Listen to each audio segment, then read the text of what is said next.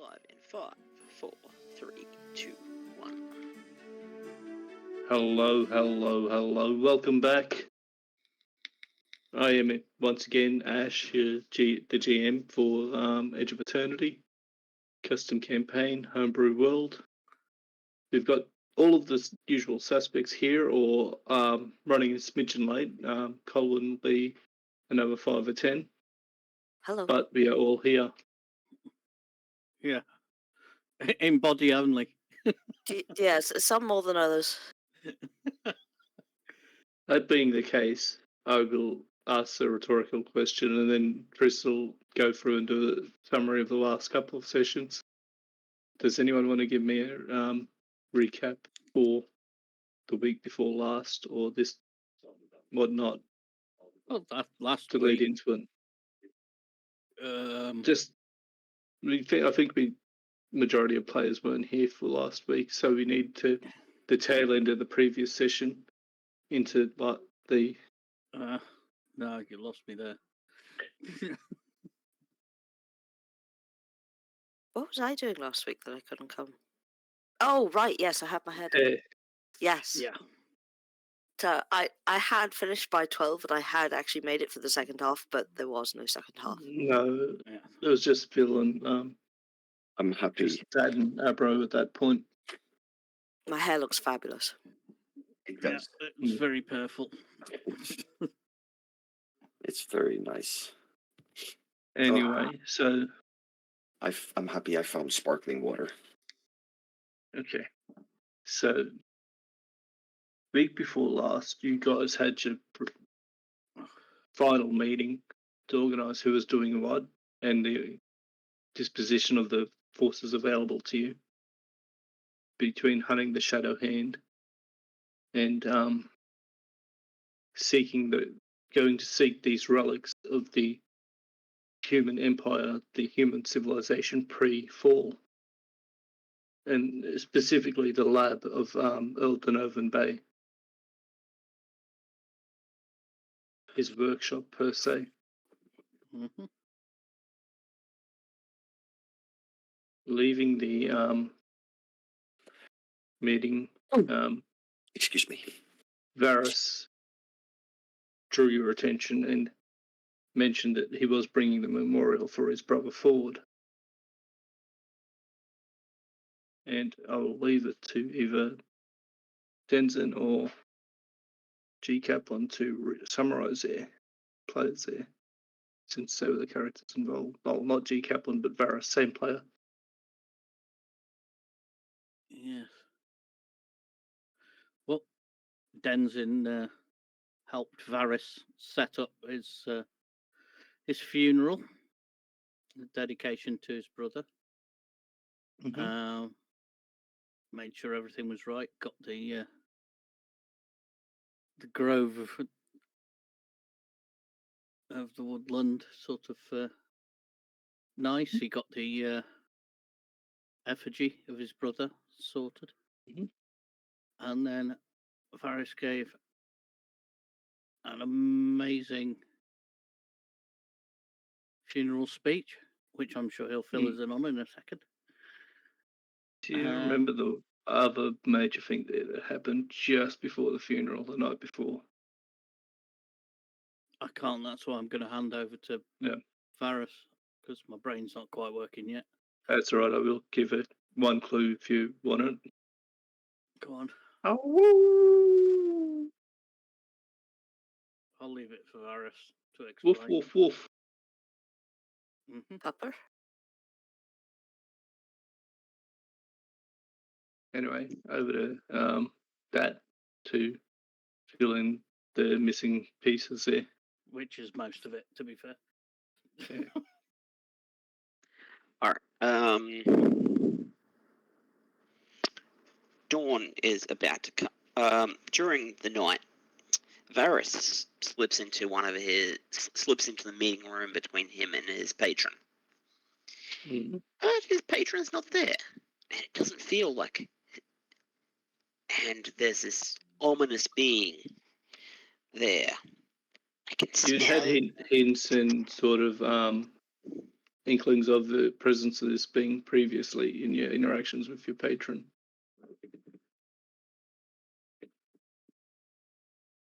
I can smell you, little pet. The forest in the meeting space was dying and stuff like that. And Varys woke up and he heard hoofsteps outside.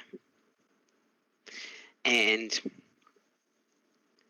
feeling dread and whatnot, he gets Millie to go around the building and in the other side and see what's there. And Millie gets eaten. I did send you a picture of what she actually saw, didn't I? Yes, I think so. Yeah. Yeah, I did. So Millie got eaten by these huge magical hounds, which left hoof prints in the concrete of the castle. They don't have footprints. Footprints. Paw prints in the stone floors of the castle. Yeah. And so Varys gets up a little bit shook and has a word runs into High Lord Gavin McCree, the commander of the castle. Does it, completes the full Varys and says, "If you didn't know it, I'm a warlock." And bam, guards! But he managed to slither out of it with his charisma, I believe. Mm-hmm. Yep. And High Lord McCree says, "But they can't get in here. This is a protected place." And he referred to them as the Wild Hunt. "It sounds like you have a powerful enemy. Sounds like you made a small breach."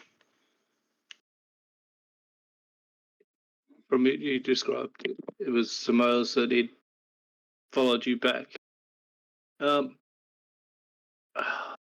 trying to figure out a way to describe it. Has anyone seen the movie The Meg? Yes. Anyone other than Van? The Meg. Oh, you like the Megalodon? Yeah, with Jason Yes. Statham. Basically, it's like that. He's created a trail through this barrier that these creatures could then pass through. All right. With his passage. But then before it restored itself, they've gone back into that. So they would normally not have access to our world. Without. And this was with warning, and this was warning not to kill Varys yet, because he may be handy or something like that. Yeah, it was something along those lines. Yep. And then there was a funeral in the garden. And can I do a quick little thing with Denson? Mm-hmm. Go for it. This would have taken place immediately after the funeral. So this is going into the game now, yeah? Yes. So basically, I'll fill in the last bit. He, as Denton said, ceremony, a prayer in Elvish, which is amazingly done. And amazingly like Latin. yeah, surprising that, considering that it's a fantasy world. Because we make up our own languages for races. blink, blink, innocent stare.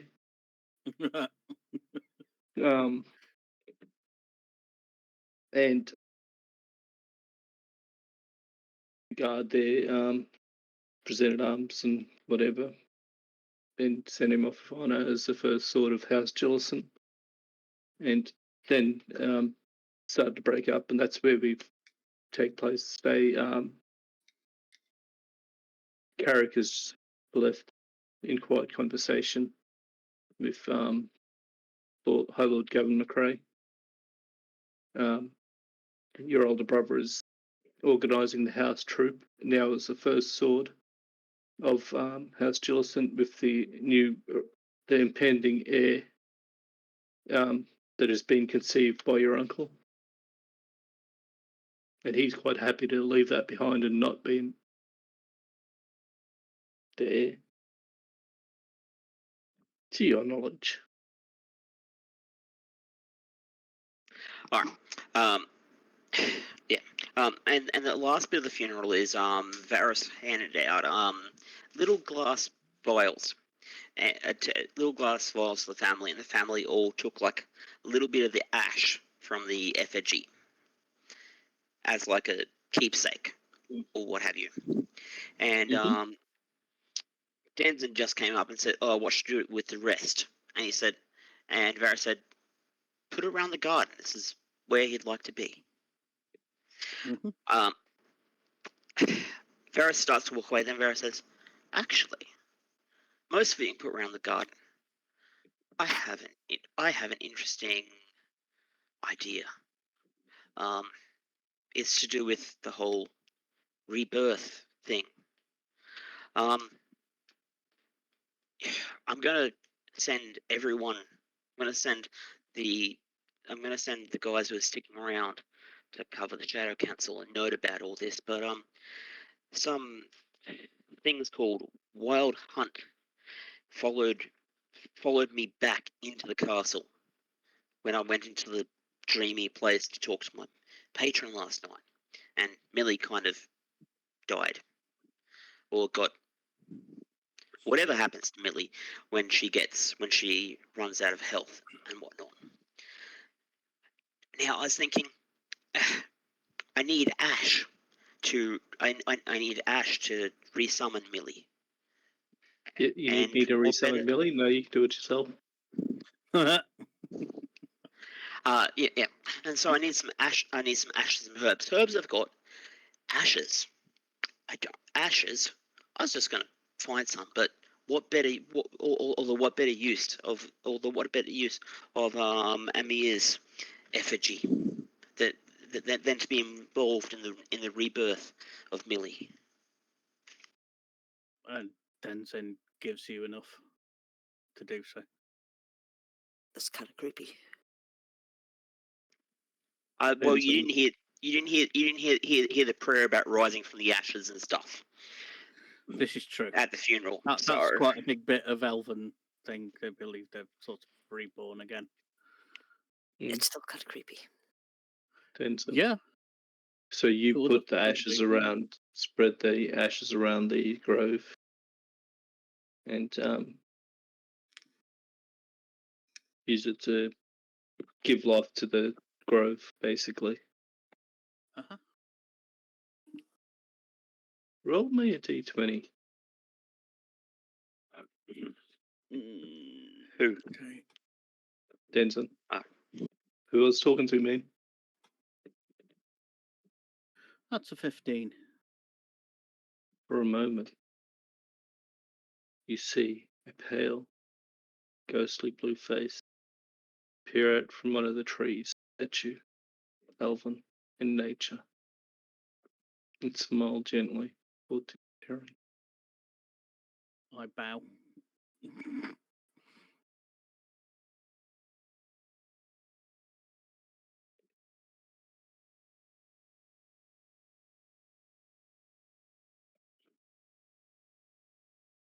So what are we doing, guys?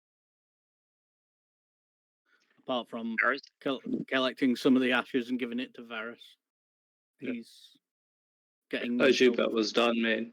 Yeah, just getting ready for what's going to happen next, really. So he's probably going to sort himself out and probably go to the camp, actually. Yep. Find out what's going on. Oh, apart from one thing. Mm-hmm. He, when he's got a minute to himself, in his little sort of hut where he lives, he pulls out his sending stone to his bosses and asks about the wild hunt, information on it, and sort of what's happened and the threat that is there to the kingdom from this wild hunt people, and what he should do about it, because he sees a direct threat to the kingdom there. And you'll receive, observe, evaluate, if necessary, eliminate. Understood. And has he got any information back that he asked for before yet? On the remind me what it was on. Oh, now you're asking. Eh, Um, I've got more going on with the game than you do, man. Do you expect me to remember? I try my best. Excuse me. Yeah, You're right. I think it was about sort of the general, what the Shadow Council's meeting about.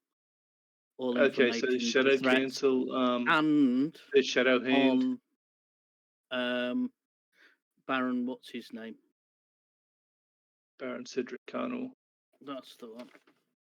Sorry, it's a bit early. You'll receive information that, to your best of your knowledge, Oleg has been turned, and you are to eliminate with all due prejudice. I've already They. sent through that he has been.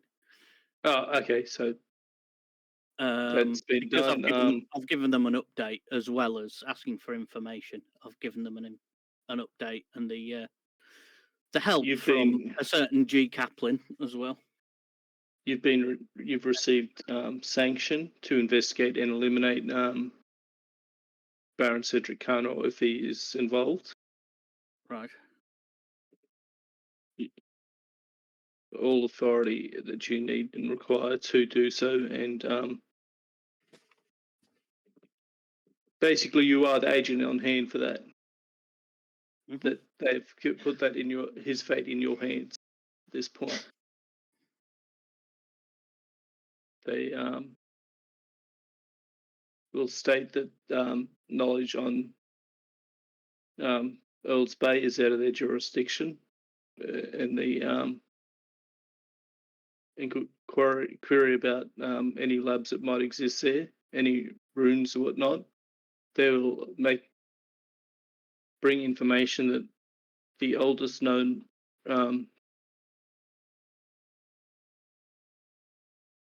community of Earl's of Solsgard is. There's two of them. One of the oldest is Honeyheath. The other one was a Druidic settlement in the Highlands, in the plateaus, the hills towards the central kingdom. If there's any information, it'll be one of those locations in Solsgard.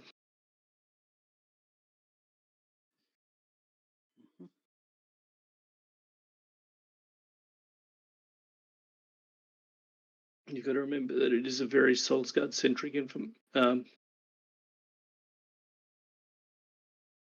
agency, I suppose. And relatively new as such. Have the others left? G. Kaplan. Sorry? Have the others left? Has the other party left yet? Golden. No, Varys is still there, so they're still there. This has happened the morning where they're meant to be leaving. G. Kaplan, Malcolm, you both, from the Crown's Guard, received very similar information as to what Denson receives from the Crown Takers, simply because you are pulling from a lot of the same resources. Mhm. But the Crown Guard has the advantage of having international agents, whereas the Crown Takers don't. Yeah. If I had Oh, to give yeah. a reference, think more along the lines of one of them's the CIA, the other one's a Secret Service, very centric on its own kingdom and responsible for the safety. But Crown Takers are a lot more brutal. They are sanctioned to eliminate even the king himself if he poses a threat to the kingdom. Yeah, I know. But, It wasn't for you, Phil. It's for people in general. And yeah, we have a lot of I was agreeing, organisations that rather. might be confusing. Yeah. Yeah, we do. But yes, he's like I say, he will relay. Yeah. So you head to the camp. Varys, where are you heading? Quite a quiet spot with a brass pan, some herbs and some ashes. Yep. So you spend an hour resummoning your. Do you take a moment in the grove there? It's quiet. It's secluded. The only one there would be Denson, who wouldn't interrupt you, or his assistants. Yeah, Yeah, I think it would be nice there. Once But, we'd finished, sorry. we'd go off on our duties, so Yeah. we probably wouldn't be there. So it'd be You'd quiet. leave him to his own moment. Yeah. What's your perception, Denson? Sorry, not Denson. Varys. Put that character away. Give me a sec. Yeah. Okay. Be about 13 or 14, I think, Ash. Yeah, I think it's something like that.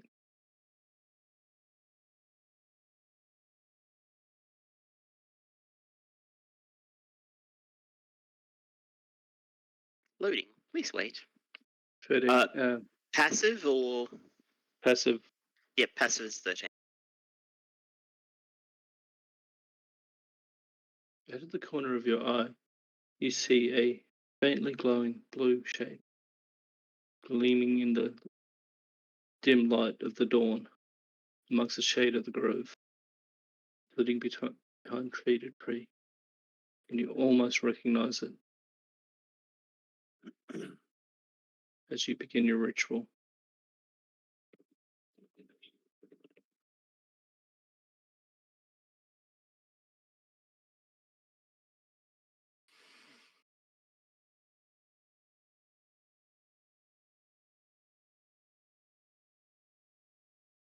As you conduct your ritual, laying out the reagents for the spell, drawing the symbols of power, and drawing forth the being that is Millie again.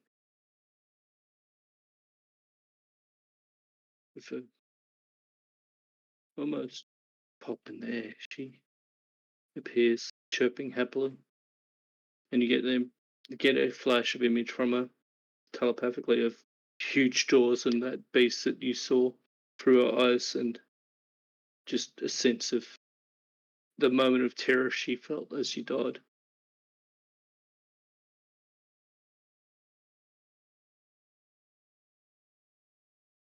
She crawls up on your shoulder, very clingy, wrapped around your neck, tail wrapped around your neck, seeking comfort and security after the traumatic experience she suffered.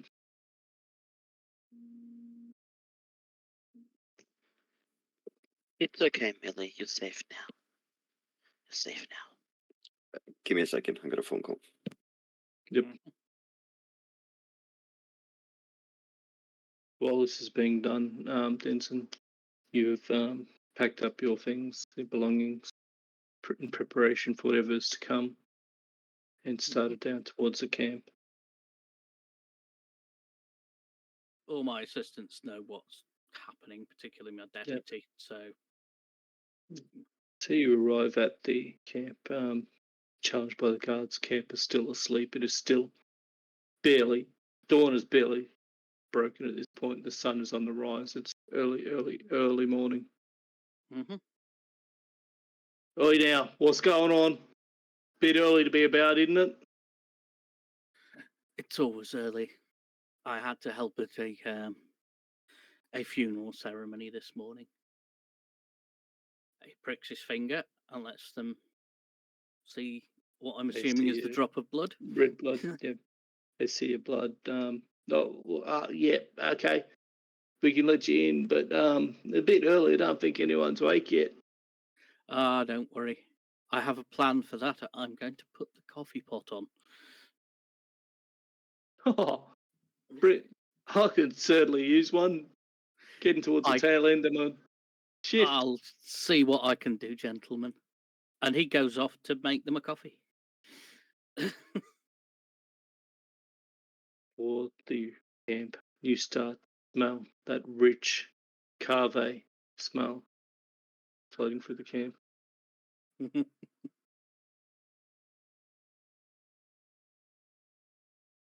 First one up, you see Denson. It's Daisy coming over, sleepy,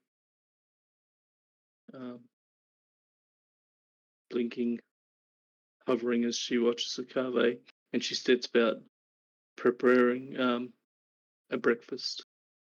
He gives her a cup of coffee and then goes off with a tray with a few coffees on for the guards.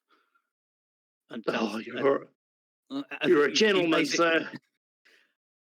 You're more than welcome, gentlemen. It's been a long night. Oh, yeah, it has been. Looking forward to the end of my shift and getting a kip. Oh, anyway, sir, I better keep an eye out for things. You're doing a fine job, gentlemen. Thank you. And he goes, if you could just bring the cups back when you've at the end of your shift, so that we can wash them up. Certainly. Thank you.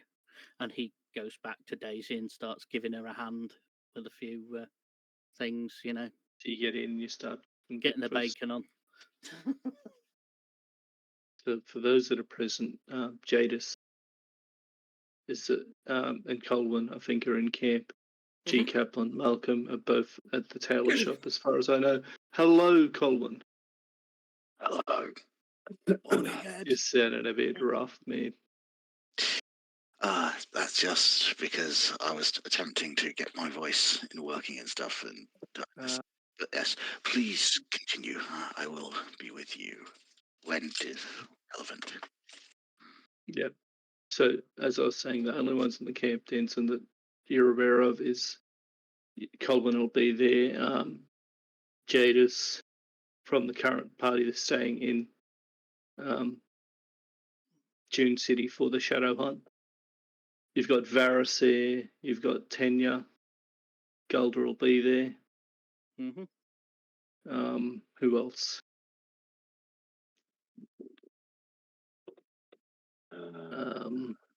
I believe Malcolm was with Is Rin there, or did Rin stay in the keep? Rin stayed in the keep. So Rin's not there. Malcolm and G. Kaplan are staying at the tailor shop, I believe. I believe so. Yep. You've impugned on a fellow Crown's guard and you're staying at his place of business, which is fine. I doubt he'd. I think he'd allow it regardless, simply due to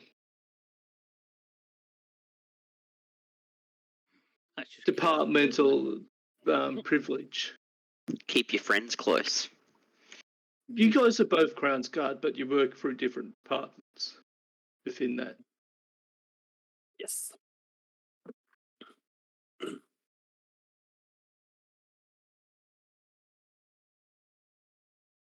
As you prepare breakfast, everyone there can smell rich aromas of the cave, bacon, eggs.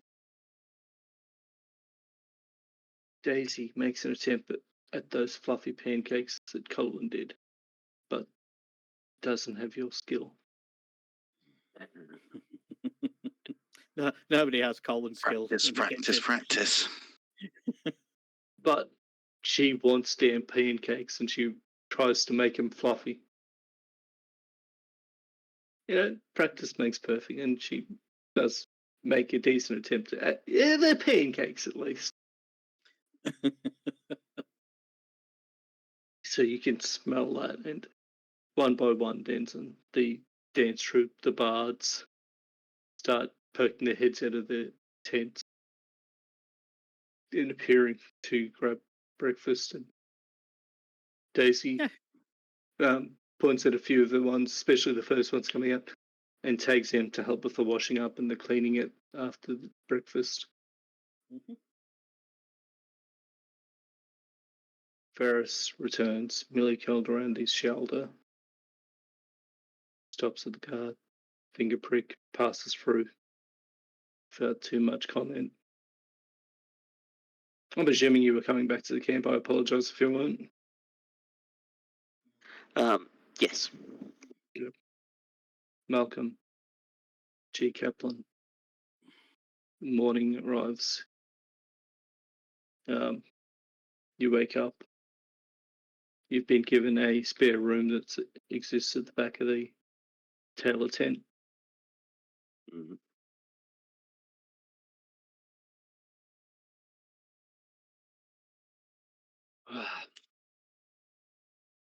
Well, I believe I should head back, meet up with the others, figure out what this day's about to bring.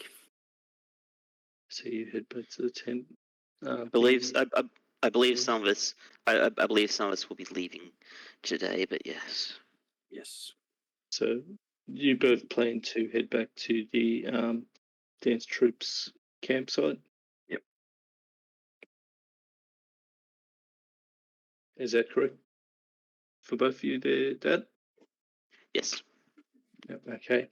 So you make your way there, pass through the guards without any problems. Colin.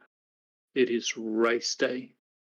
The rich aromas of cave breakfast fill your nose in your tent, your sleeping quarters.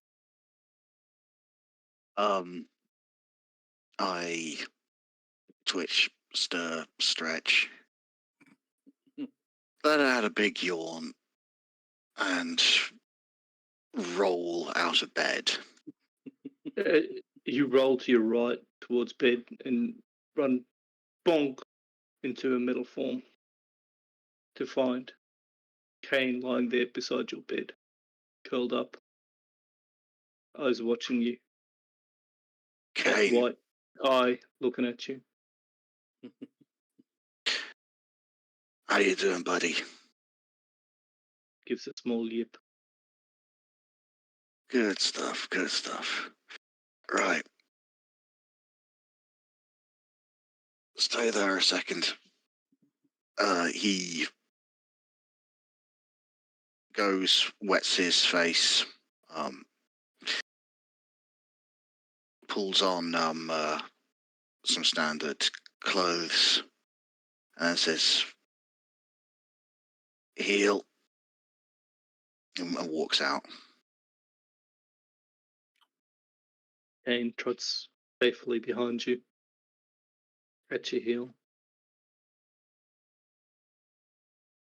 Yeah, and he's straight to the breakfast table, pouring himself a drink, and laying the plate up. Daisy looks at you. Make sure you have plenty to eat. Got to keep your energy up for the race. Gives you a smile.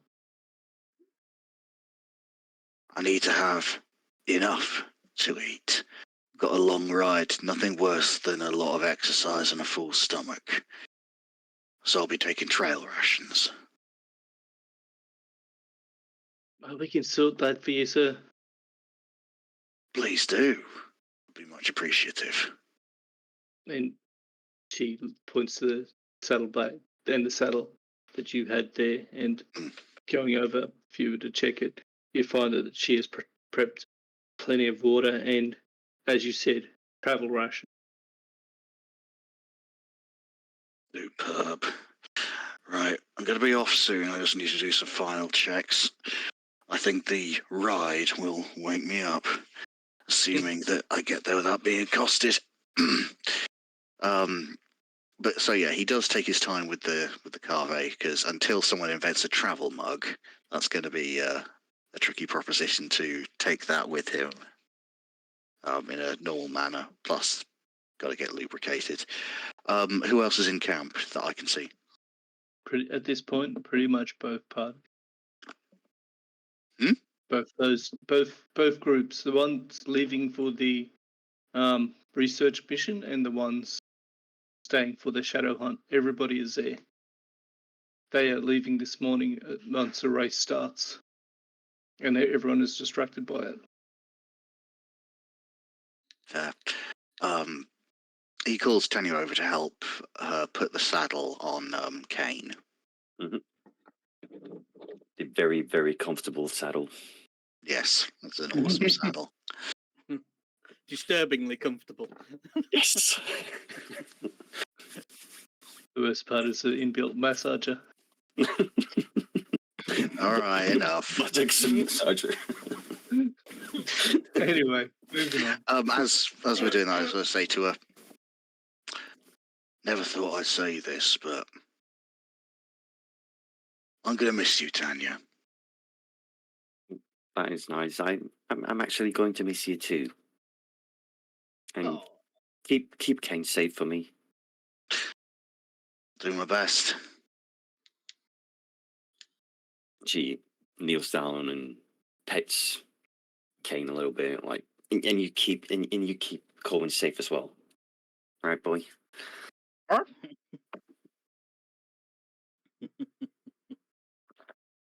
Right then. Going to be a heck of a bonding exercise. Yeah.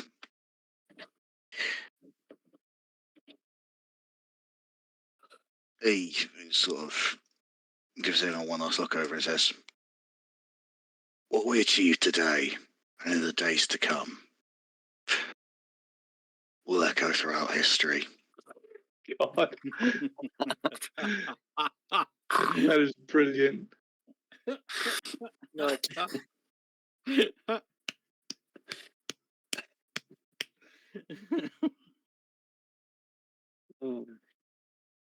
Let's go get rich!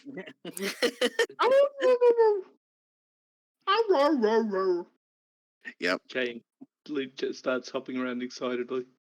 Easy. Got to get on your back first. There. Right. You climb onto his back and just get comfortably. And then you told him you got to get onto his back first. So once you're on, he starts jumping around excitedly. Hey,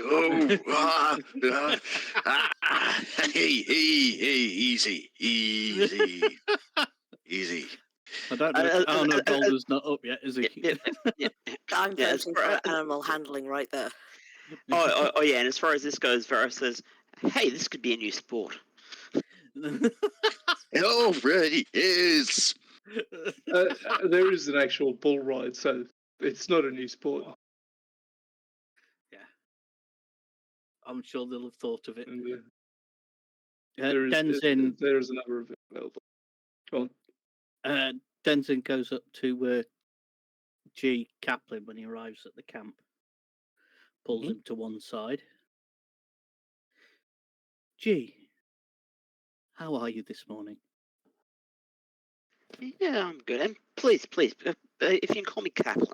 G is kind of very formal. It's like reading a name tag or something. I see. Well, I've asked around through a few friends who know these things, and I think we need to probably inform them of a few things. I'm going to tell you, and I'm going to have a word with one of the others who's going to seek out these rifts. Who else is going in the... Kaplan's in his party, isn't he? Yep. Right. I believe Boulder's going. I believe the ones leaving are. I believe the ones leaving are going to be. I believe it's Rin, Varus, Tanya, and Golda who are leaving. today. Is it Rin or Jadis that's going hunting rifts? Red. Right. Who's up at the minute out of them? Entirely up to the group. I'm not dictating who's up. I know Rin isn't there. Rin, hang on. Rin's going with the artifact party. Yes. Yeah, Yep. so she's not there at the minute. What's she doing this morning? I Yes. believe she's going to be with a cousin at the moment. Okay, we'll cover that in a little bit. She does know that they are planning on leaving this morning, so she would more than likely be up. Oh yeah, Um, she'll be up, kind of getting the last of her stuff, Yeah. saying goodbye to her cousin, Um, basically. I will say that Tanya is up from the interaction with Colwyn just before. Mm-hmm. Barris is up. He has returned to the camp. Right. So he Yeah, sort of yeah, basically turns to, and once he's figured it out, he just goes, right, Kaplan, just so that you know, so it's not just me who knows this, the oldest settlements I've found out are definitely Honey Heath, as we kind of knew. They've confirmed that Honey Heath is a very old settlement, but apparently there is also a druidic settlement in the centre of the country, which is very, very old. So that will be worth them checking out as well. I suggest that we spread that information about, so they've at least got a couple of places that they can go and investigate and see if they can get any extra information on their way. Possibilities, you know. yes. What's Also, Helga doing, Phil? I'll get to that in a sec. Also, G, just to let you know, the rumour mill has been a little busier around Baron Cedric Carnor. That he has turned to the other side, let us say.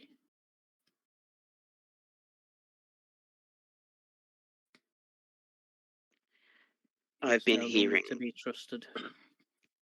Yes, I've been hearing that his activities are more and more suspect. The crownsmen have been. I believe a certain commission within the crownsmen have been organised to feed him false information for now, to make him feel like he's still in the loop. A sensible precaution. I mean, obviously, as we get to hear things here and there as gardeners, and we do keep in touch. So I asked them to give me the latest rumours, and yes, I'm glad that some action is being taken to confound our enemies. Right, I'd best inform a few others, and Very. I don't think Kaplan knows anything about the crowd takers, does he? no, nobody does. Nobody here knows anything about the Crown Takers. So the implication there is, Kaplan, is that Denton has some random sort of association or alliance of gardeners everywhere in various cities, that these gardeners all talk to each other. Yeah. Bakers, butchers, tailors. Jeez. Every profession must be steeped in intelligence. Oh, no, it's just people don't tend to notice us gardeners when we're out and about, and we get to overhear the odd thing here and there. We keep our confidence, obviously, but just we're in one place. People tend to come to gardens for quiet or little meetings out of the way. We do get to overhear things every now and then.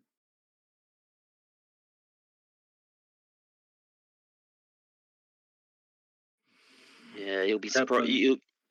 You'll be surprised you'll be surprised the amount of small talk, which is actually good intelligence when someone's being fitted for a suit or something. Well, quite, sir, quite. Right, I'd best give bits of this information to a variety of people. So he goes over to try and find, Colwyn's in our group. So, yeah, he kind The of ones needs that are Golder, awake really. from the other group are I mean, Varys Golder will... and Yeah, go on. Sorry. Jay, the ones that are awake are Varys and Kenya from that other group that are there. Jadis is awake as well, and who's the kind of de facto leader of the artifact group? That's a good point. Yeah. We don't even have a fucking. We decided against having a name. Right. Anyway, Anyway, Golder probably thinks it's him. she sort of Sorry, kind David. of she wanders over and she's got like kind of just like bags all over her arms kind of thing, kind of wanders up. Where is artifact group? Is everybody here? I don't Tanya's see over. Rin. I don't see Kenya Rin. But and You don't see Varys Golder are either.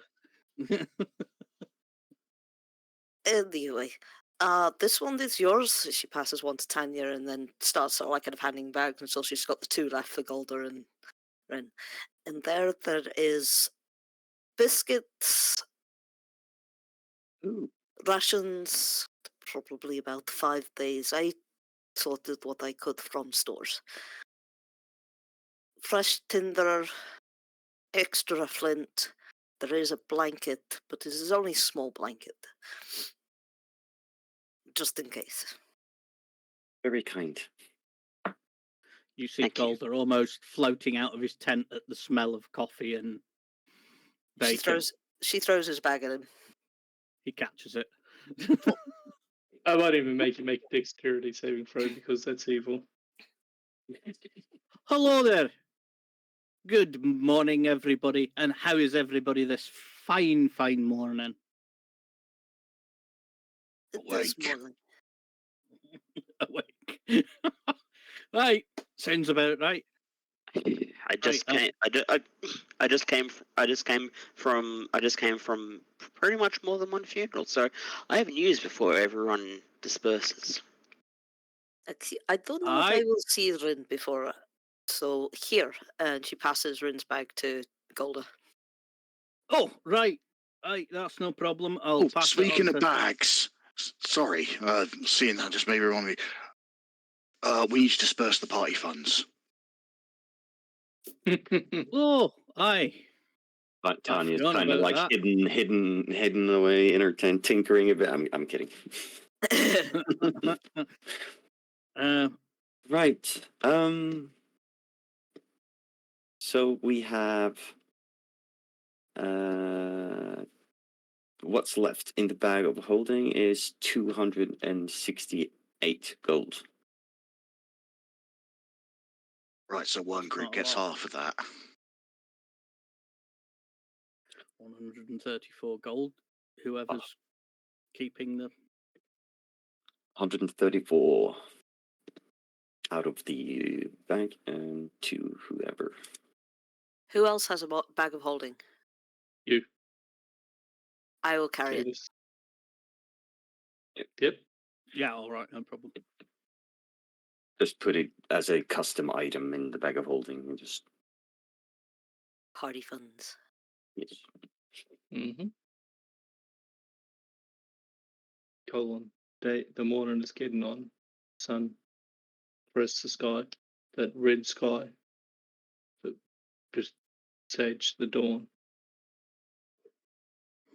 Yeah. Blends into the light as the sun rises. I was going to say, I was just waiting for people to do stuff and then just head straight to official sign on.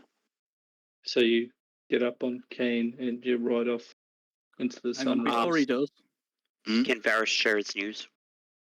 Oh, yeah. Sorry, there was a whole the GM skipped ahead. Please continue. Yeah, there's a lot going on. Apologise. Go on, Varys. Denson. So, has anyone ever seen paw prints? Has anyone ever seen footprints in solid stone? I'm going about to look. I was hunted by some things called Hold up. Before you say that, Kaplan, Denson specifically, roll a history check. Kaplan. You said. Denson. And then, all right. Can I make a roll 19. to see if Jadis has heard anything on her travels? Yeah, come What am I rolling? History. on. No, this is specifically for Denson. His Right. history. I see that. For you, wisdom. Wisdom. It's for you to have heard. Oh, 12. keep it as wisdom. You've heard various rumors, Jadis, about specifically traveling through central Solsgard and the Druids and whatnot. Mentions of the Wild Hunt. For you, Denson, a more personal memory from your childhood within the Minotaur tribes before you fled.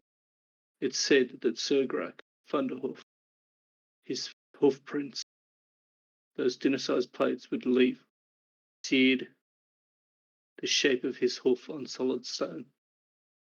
Mhm. Whether that was true or not, a legend, you don't know. I have heard stories of Wild Hunt, mostly told to little kids who have been naughty, so I don't know if my information is right. But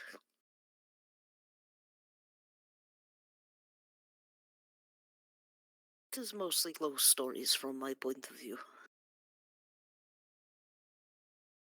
I have not seen or seen it myself.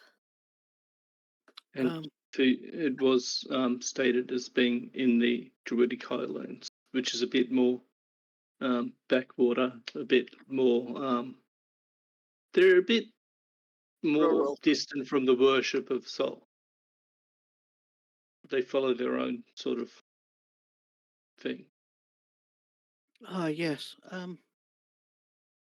The only creature that I know of particularly that, well, rumour had it that Sergrak Thunderhoof of the Minotaurs,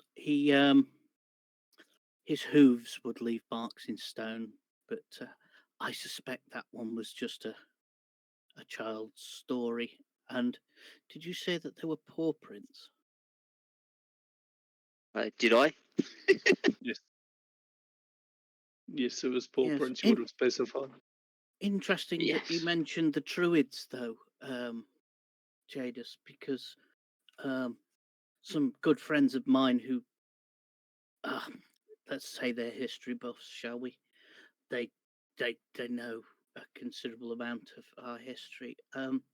They've said that that there is a Druidic settlement in the centre of Solsgard, which is, if not the oldest, certainly one of them, alongside Honey Heath. These are the oldest human settlements in Solsgard. I've had it confirmed by some historians that I know. Possibly worth looking into for leads to find the other party that's going hunting these things. I've hopefully you'll find something in those locations. Well, if it is between here and Riverlands, you can make stop off. Yeah, but the fastest way to Riverlands is not past it, Varys says. Hmm.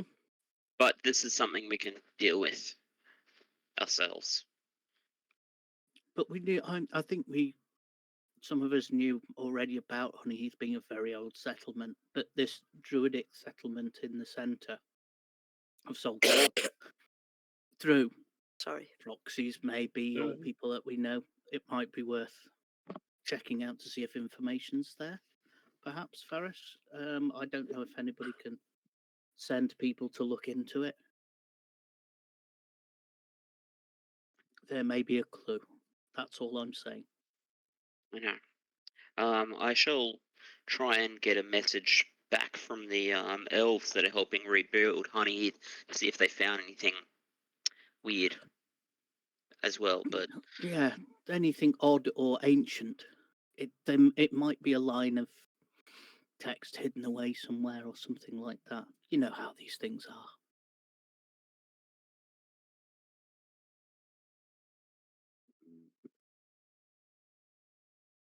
Was there anything else anyone wanted to cover there before we move on to the next question?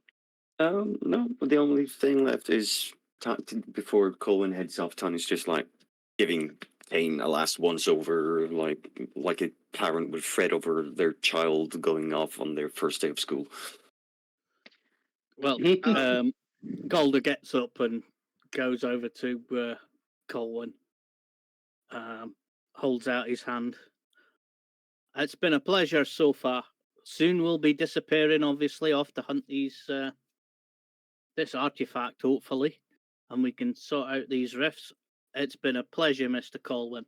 It's been an absolute pleasure so far, and I want to wish you, as I'm sure we all do here, the very best of luck in the race.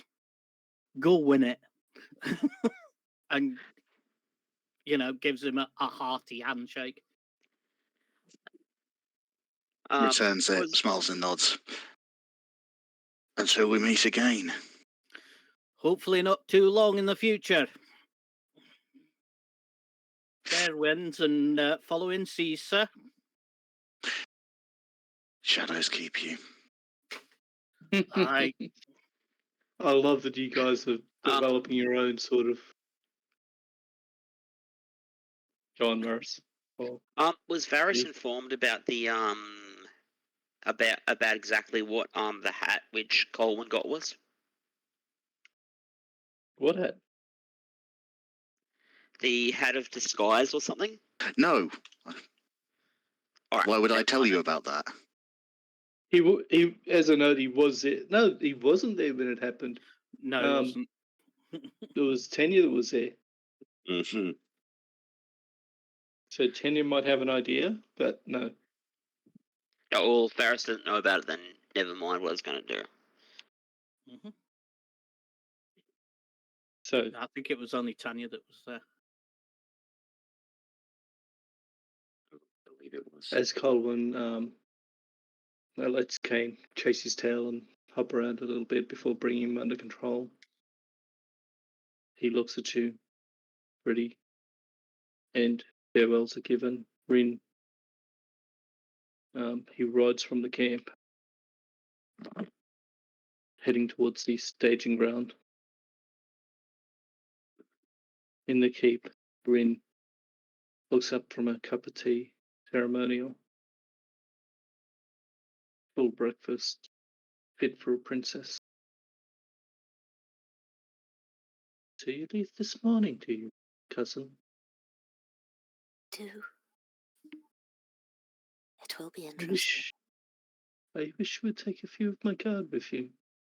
Oh no, I wouldn't be able to do that. We're supposed to be discreet.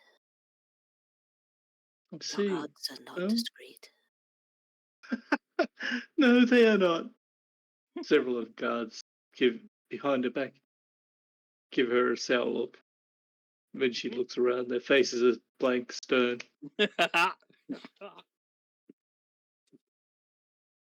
But it's almost like she knew that their expression had changed, but she can't prove it. They When are she very turns back good at around, mocking you, though. one of them gives Rin a wink. She grins.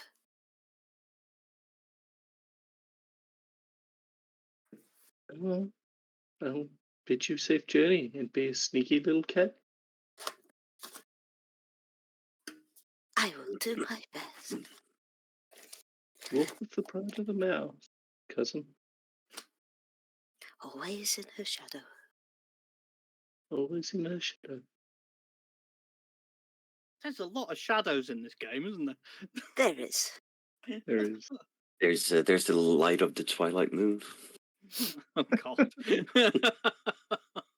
Rin's going to, when she finishes her breakfast, Rin's going to head down to the stable and take the horses to the camp. So, Yeah. come on, you ride out. As you're riding past the road, you hear a clatter of hooves and a young Mao riding a horse coming from the keep, leading a string of horses. Oh, hello again. Good morning, Mr. Thrin. I'm assuming is that your title, or are you not one for titles? I don't particularly care. Rin is fine. Then I count myself honoured that I can refer to you purely by your name. I'm off to the races. Oh, good luck. Kindly.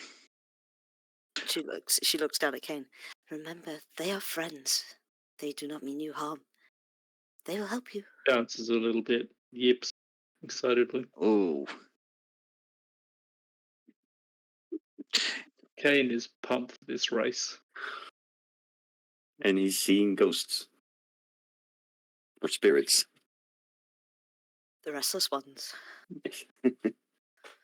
Can I just point out that Varys was supposed to have given Millie to? Never mind. oh, sugar. Yes. Yeah, that never came up. To assign that. As Colin rides from the camp, you see him stop, talk to Rin for a little bit. Millie snuggles in closer to your neck. Still a bit disturbed over what has happened to her.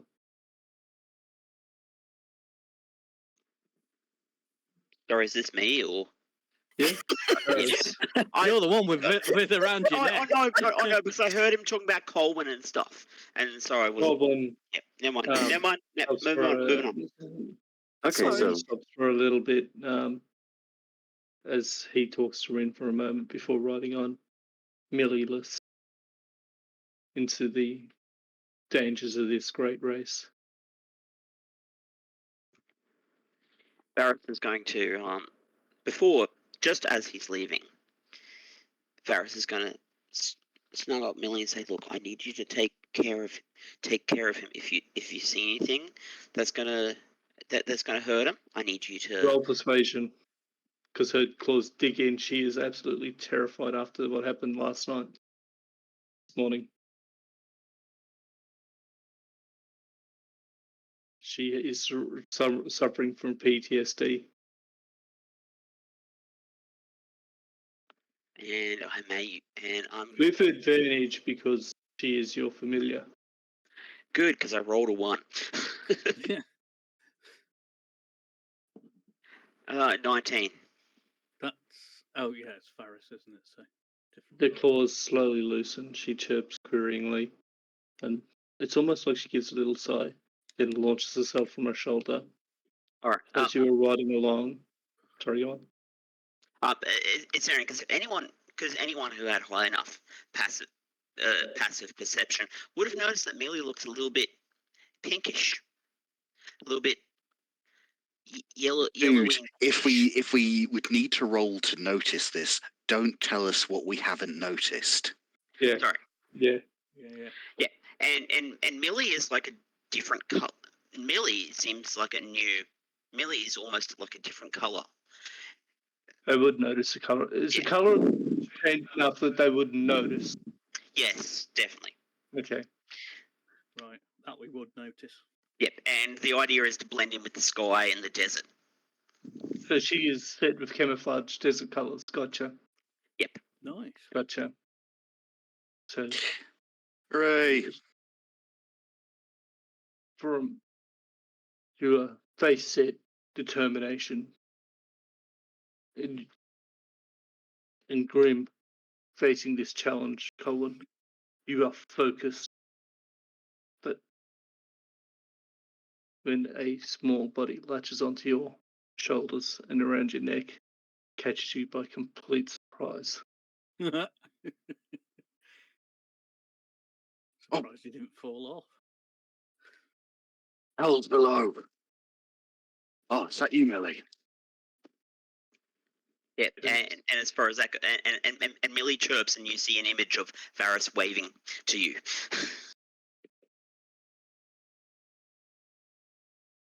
Good, yes. Well, looks like I'm about as prepared as I can be, short of having the thing completely rigged. That's mosey. As you say this, a querying image comes back of Millie biting through the hamstring of one of the horses, or stinging another one with its tail and putting it to sleep. No, Millie.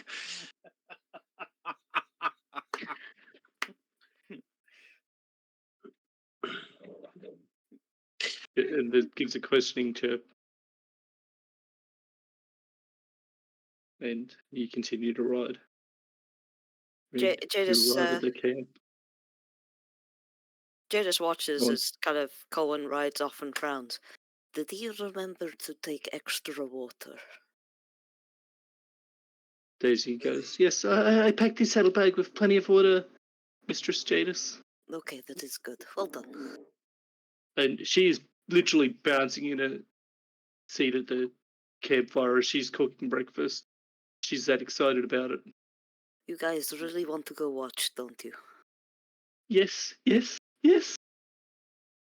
Fine. After breakfast, once everything is cleared up, you can go. Keep And an eye on little ones.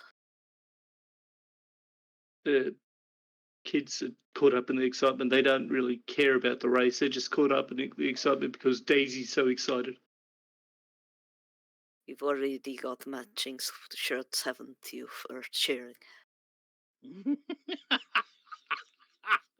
Daisy stops, freezes, blinks, cocks her head. Matching shirts? That's an idea.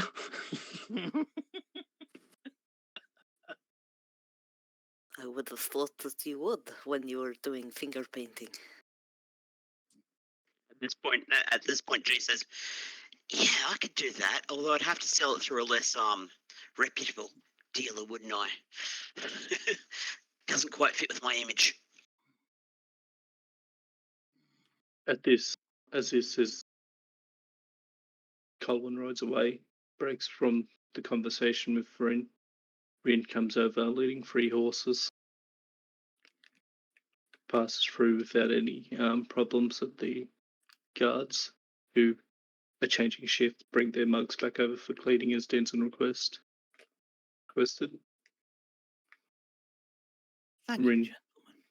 is bouncing in a saddle, excited, I have or brought, I imagine she is. I have brought the horses for our journey.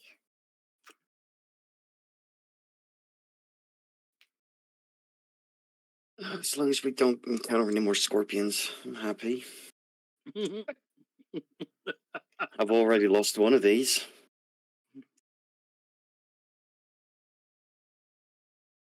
Right, your horse died. Yep. I'm an evil bug. Anyway, For those curious, given kind of the theme for the Mao and everything, these are kind of purebred Egyptian horses. mm, Mm.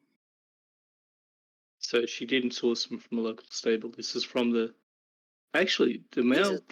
These are their breeding stock, and Yeah. people would know them as Arabian horses, but No. they're Egyptian. They're Malian. Malian horses. Anyway, fine boned. Quick.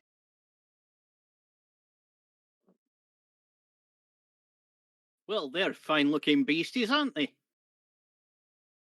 They are excellent at long distance travel. You've outdone yourself there, lassie. Good work. They are not mine, though. It is all the Oh. breeders. They are very dedicated to their work. Then we best look after them. Tanya. Responsibilities. Oh, He falls about laughing. Tanya, at the end of the meeting last night, did you conduct a tinkering? Would you have gone straight into tinkering to prepare a new doggo? yes. Yes. So, new doggo is there with you. It has not yet started to develop the flaws of the personality that Kane has. She looks down as it's appearing out of the tent and walks up to her, and then like, oh, I'll be more careful raising you, my friend. I'm very happy that they're leaving right now, so that you don't pick up your brother's traits. Oh, everyone! By the way, you already know Kane, so meet Abel. Yes. Yeah. I was sort of expecting that, if I'm being honest. Yeah. I was hoping for it. Yeah. Yes. Hello, Abel. I've had that thought in my head ever since the name Well, came yeah. up. Hello there, Abel. You look like a fine doggo to me. That mention of its name, it looks at you blankly. Ten's gaze goes straight back to Tenya. Yeah. That's a good boy.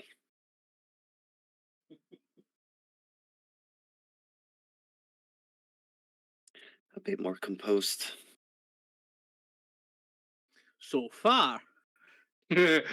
Don't you dare. Let's be honest, Galder was one of the major corrupting forces in Kane's Yes, development. he was. Yes, he was. He's just, you could just sort of see in Golder's face, challenge accepted.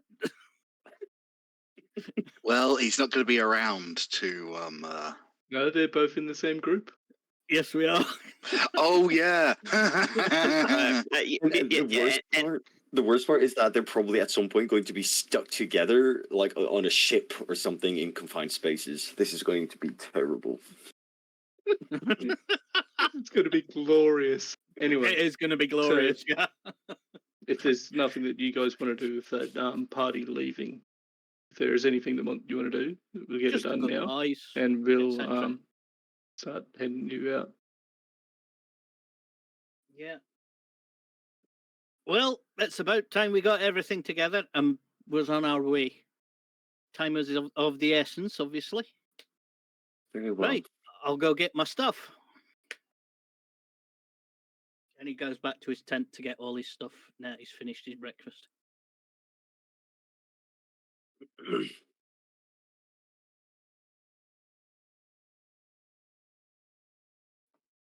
Yeah.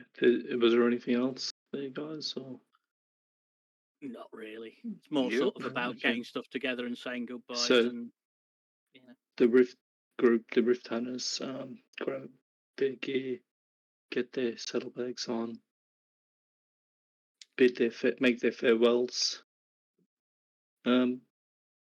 For the group that has been traveling together, those leaving, those staying, it's a bit. There's an uncertainty that bonds you've forged, and the thought that you would see this thing through together as a group. But divergent paths now reached, working towards one goal on separate paths. Mhm. And that group heading for any lead they can find to deal with these rifts. Whether that's a druid in the Highlands and whatever information they possess, the workshop of Earldenovan Bay, lost under the city of Earls Bay. Mhm. It's a moment, Golda standing stoic, Varys lost in thought and face haunted by the memorial he had with his brother, the dreams that he has had, watching, and again, attention, watching through Millie's eyes as Colin arrives at the sign-in for the race. And they take their leave as the sun rises in the east over the desert. Backs to it, riding into the dark. Oh, the listening shadow of the morning.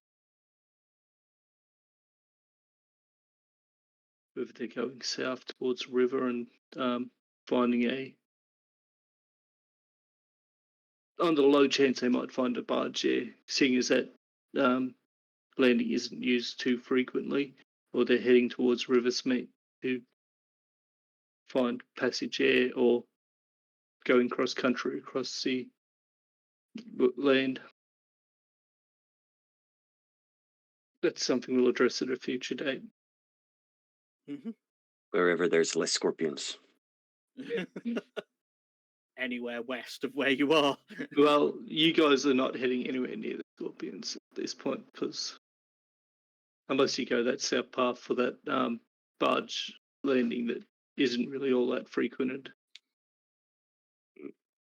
Unlikely. I'd imagine you're probably heading Riversmeet or directly across. Yeah. Well, Golden can Colwyn. get a ship there, so. Yep. Colwyn. You arrive in the shadows of dawn, the sun gleaming in your eyes as you travel east towards the desert and the staging grounds for this race. That shifty sort of individual that you met to sort of sign up is there, looks at you. Did you end up paying for the entrance fee?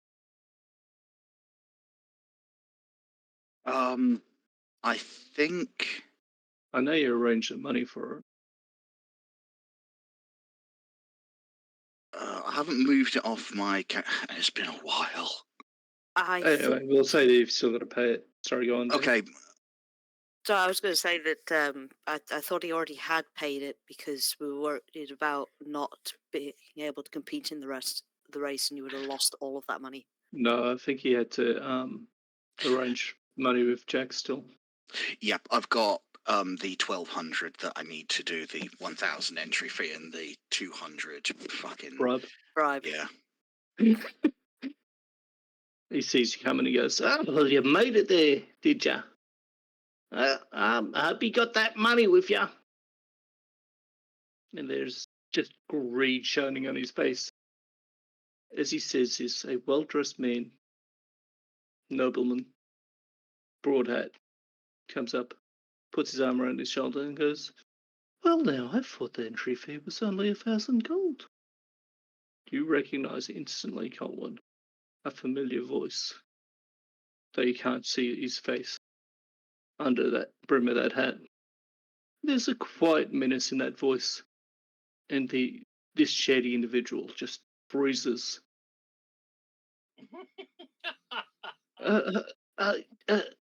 Standard entry is 1,000 gold. Did I thought you'd say that? Pats him on the shoulder and walks away. Bloody Earl of Eastwatch. Huh. How about that? He cants up Bloody the nobleman. 1,000 gold and slides it across the table to him. This is the first you'd heard that Jack has a noble title. Mm. Right, you hadn't made it explicit that it was Jack. Yeah. Right. You recognise the voice, that is Jack. And Yeah. this individual knows him as the Earl of Eastwatch. Right, and Colwyn's just kind of putting two and two together in his head and just going, right. Makes a certain degree of sense. Figures. Sorry, no, not there you go. I've got to get the voice right. This is Samuel Smith, not Colwyn Mundus, who is partaking.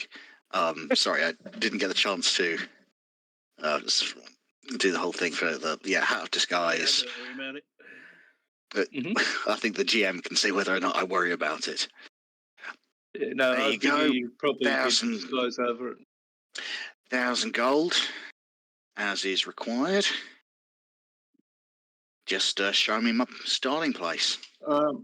Just need you to sign here, Mr. Smith. And he goes, bloody, just sign here. Bloody hell. Freaking. Colwyn, sorry, Mr. Smith kind of looks at him. Looks and at you says, suspiciously.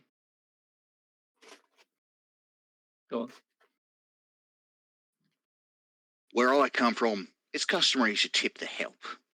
I notice he didn't tip you, and he slides an additional 10 gold across there. I think Face turns bright red with fury and storms away after you've signed. He takes the 10 gold. yeah. I like that. I'm just going to put this out there. Millie is going to be lost and not know who to look for. Because nobody told Millie about that. But there is a connection. She would have been on his shoulder while going in, so he would have said... She has the ability to communicate with him. Yeah. Unless she Also, specifically... I'm the one riding the fucking mechanical dog. True, I true. wonder where he is.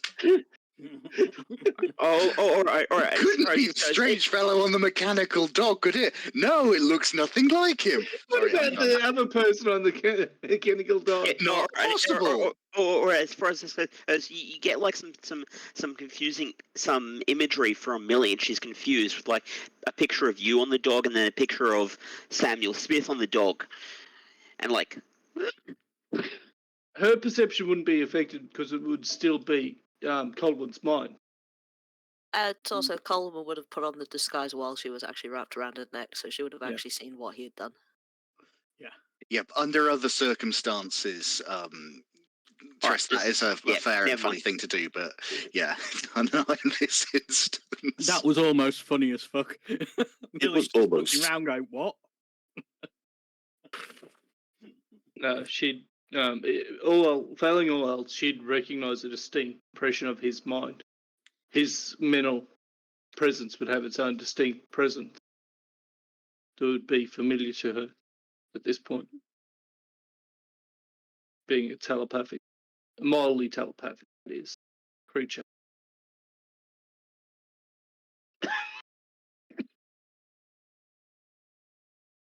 You make your way to the staging area.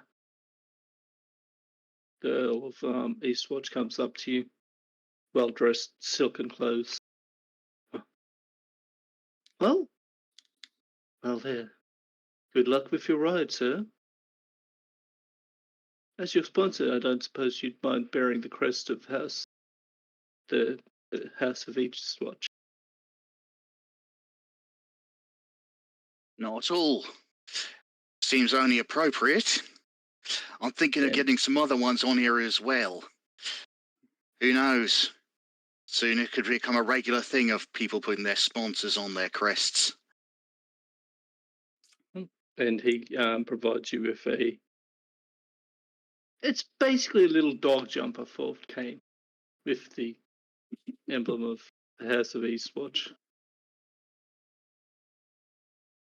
A tall, slender lady there in yellow silks, fanning herself, looking very charming, dark hair to her shoulders, curling down to her shoulders, smiles politely. Good luck I to you, have then, never sir. seen a woman look more uncomfortable, more beautiful at the same time. And you're accurate. Kitty does not look comfortable, even though you gather that this is Mm. they were born into this family.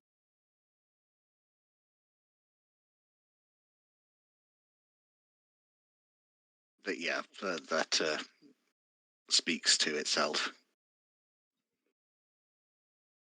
Jack looks right at Hope in the bloody finery. Uh, Well, sir, I will wish you good luck and don't die out there. Good help is hard to find. especially in a desert. No, if you get lost out there, I'm not going searching. Exactly. Anyway, gives you a wave. Sort of arrogant as you can be with it. Very picture of the royal nobility wave. and barely waits for you to reply before he wanders off. Pure arrogance on display.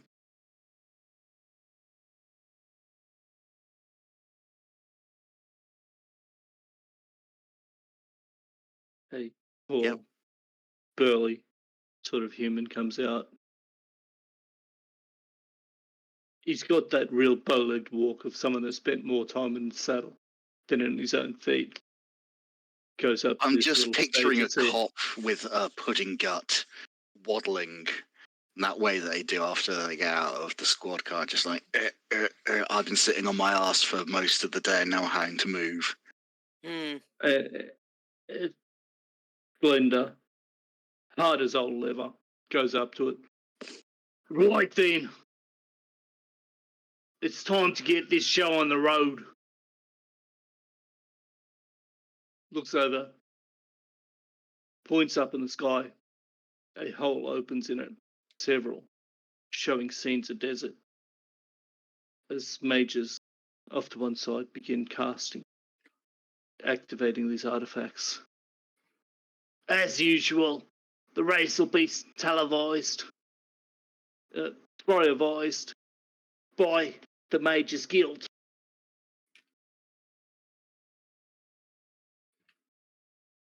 I'm not going to chew your ear off about honour, glory, but I will tell you, your name will go down in history if you win this thing.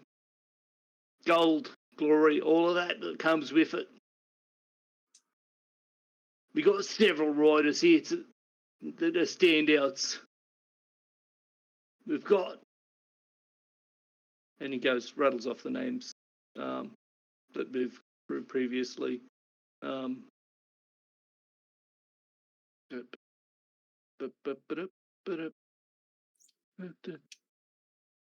Where have I put this?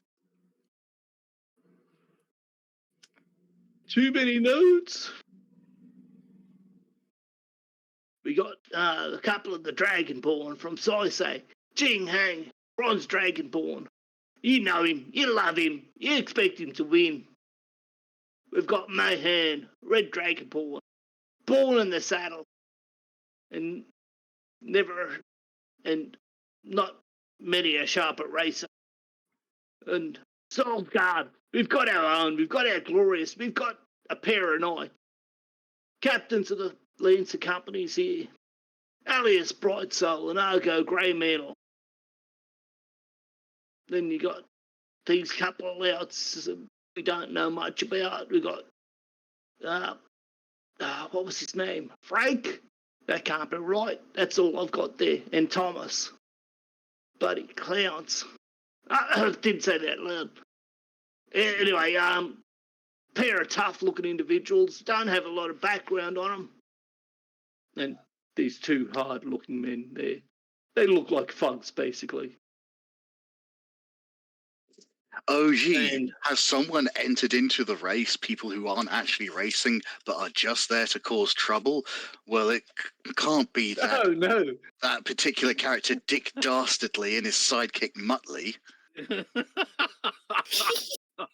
Yeah, there was no way I was not making a Wacky Races reference. Oh, it's got to be. Oh. And he goes down, looks at it. And we got an unusual one here. A Sam Smith riding a mechanical beast. That's not right. It's a horse race. What the hell? Goes across the side, confers with someone quietly. As he steps off, even muttering, his voice was carrying. As soon as he steps off, cuts off. You gather that whoever's standing on it there, words magically projected. And you see this conversation, Colwyn. Angry shakes the head. At this point, as time has progressed, you hear from the sidelines from the crowd. And you see the dancers there waving and cheering. Sam Smith is going to use this opportunity to kind of come slightly out of the brackets and sort of parade up and down and sort of wave to get people's attention, saying, "Yeah, this is me. This is my beast. Look at me." So the assembled crowd and everyone can get a nice, good look, not just at him, but also of his sponsor, Sigil. Roll a performance for me. With advantage with how fancy all that gear on you. Puppy looks. Only a 9, so it's quite clear that he's still getting used to kind of moving. There's a few mutters, a few laughs. But if nothing else, you get the impression that they don't take your entry too serious. There is a massive show of support from a small group there, though, that you recognise as dancers and bards who've turned out in full support. And to your surprise, you recognise a familiar tune starting to be struck up.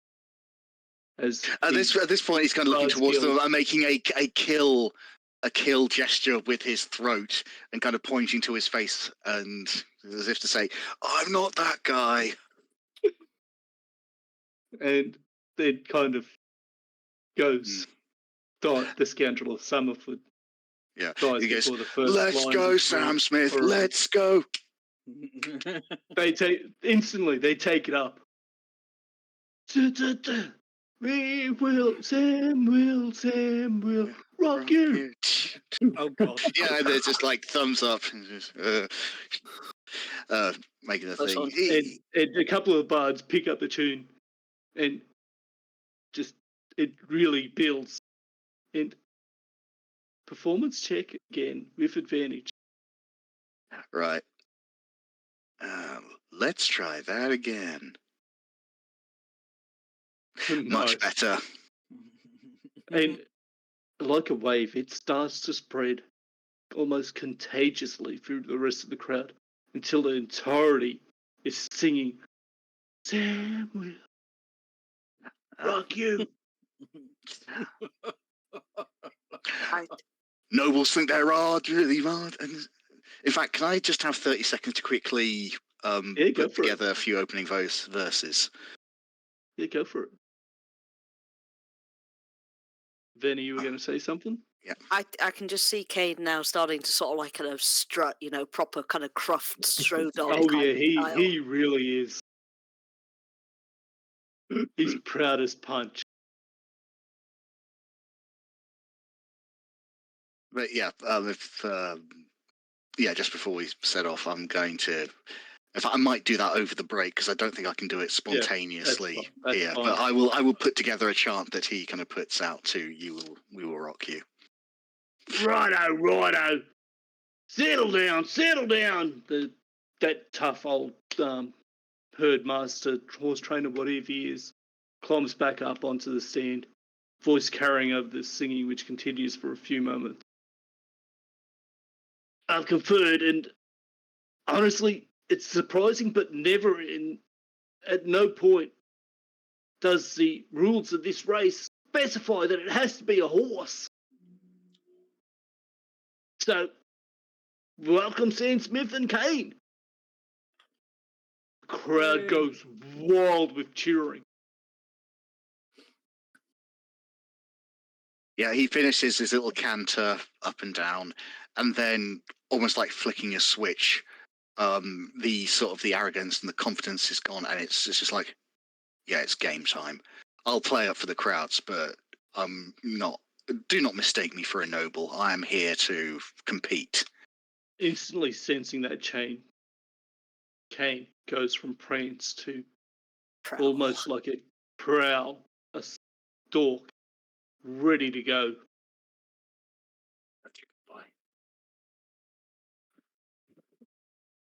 Is anyone else here watching this in the crowd? From the rest of the group? Jadis is keeping an eye on the camp because she's actually Yeah. let everybody else kind of go. I believe Ren's group has already left. They've gone. Yep. Yeah, they've gone. So it'll just be G, Malcolm, Jadis isn't there. I think G and Malcolm were potentially looking into some things as well. Denzin's there. Tenzon's there. I knew I Yeah. forgot someone. I think he's probably going to go off with them just to see what all the fuss is about. Mm-hmm. Plus, he kind of likes the race. Flashing back to the camp as this is happening. What is the rest of the group doing while this race is starting?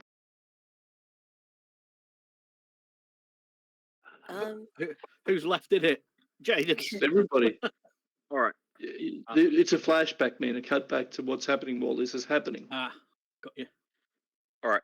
As far as this, it's hearing because G goes back to his G goes back to the tailor and says, "All right, guys, we got work to do."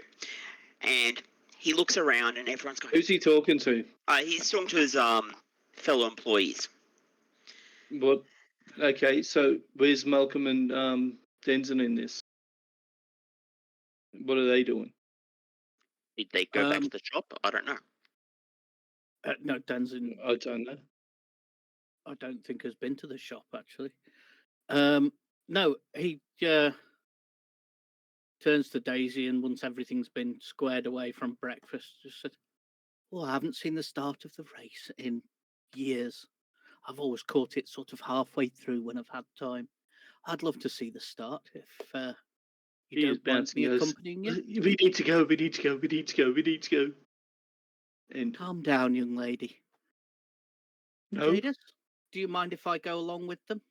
I can help Daisy out if you wish. Not a problem. Go, take them, Please. please. Exodus. Every last one of them except Denzin goes with them. to that see the start youngest the race. of the dancers stays there, You not hanging wanting out to go with watch? Jadis. No, Mr. Jadis, I was hoping I could get a little bit more practice in if you could help me. God, I... Aw, wee nerd. Little dance nerd. Yep.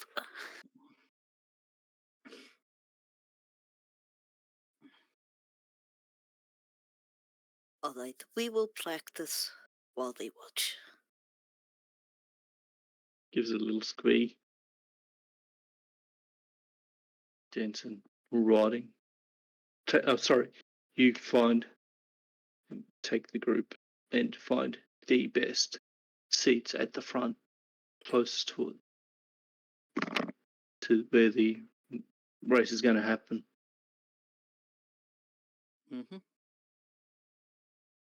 A tall man and woman dressed in noble's finery wanders over, joins you. The nobleman Does leans Denzin know in. who he is? You would recognize Earl Jacob of the House of Eastwatch as a nobleman, considering your career. Mm-hmm. If you I have bow. more information on him, then that is different. Ah, Denson, Jagged Heart, isn't it? I believe you work in the keep. I do, sir, yes. The head gardener there, sir. Sorry, my lord. Ah, at ease, sir. At ease, you may call me Sir Jacob or some such. I don't demand a lot of formality. It is an informal setting, and well, we're here to enjoy this. I am sponsoring the young man Sam Smith there on the beast, the mechanical beast. Oh, yes. He's just going through the sign in and whatnot at the moment. Looks like gentleman's coming up to announce the start of the race. Oh, Hey. fantastic. Denzin is I just actually thought going to of- cast a spell surreptitiously Mhm. whilst Colwyn is dancing about. He's going to cast Minor Illusion Mhm. just to create a little bit more sparkle and stuff like that. You get that real gleam on the chassis of the Defender, etc. Yeah, and at some point, he sort of, as soon as we start doing the "We Will Rock You,"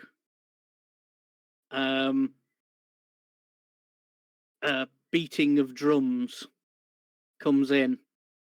Mhm. The sort of illusion changes to sort of like the boom boom boom boom. And Yeah, it's just in the background, just as it starts, just to lift The everything. bards literally hearing that. Several of them have bought instruments with it, and they really get into it. With as this begins, they match it with music. Yeah, he's just doing it just subtly in the background. Just before Jack obviously comes over and sits down. Once it's calmed down for the start of the race, he sits there, and that's when he sort of talks to Jack, I think. Jack came over before it, man. Oh, did he? Right. Yeah. He pointed out the guy coming up to announce a race. And then afterwards, Colin's, you were interrupted by the whole announcement and Colin doing his strut before the thing. Mm-hmm. Jack does not stand up and start singing or cheering or whatever. He gives a polite golf clap. Mm-hmm. Kitty sits beside him, patting herself. Smiles. Polite little wave to Colin. Her expression is a little bit cold, distant. Mm-hmm. Uncomfortable. He tucks on the brim of his hat in acknowledgement, and then straight back, focus, breathe. Gathering at that starting line. Beep, beep, beep. The gentleman standing at the thing looks at you, signals to the majors.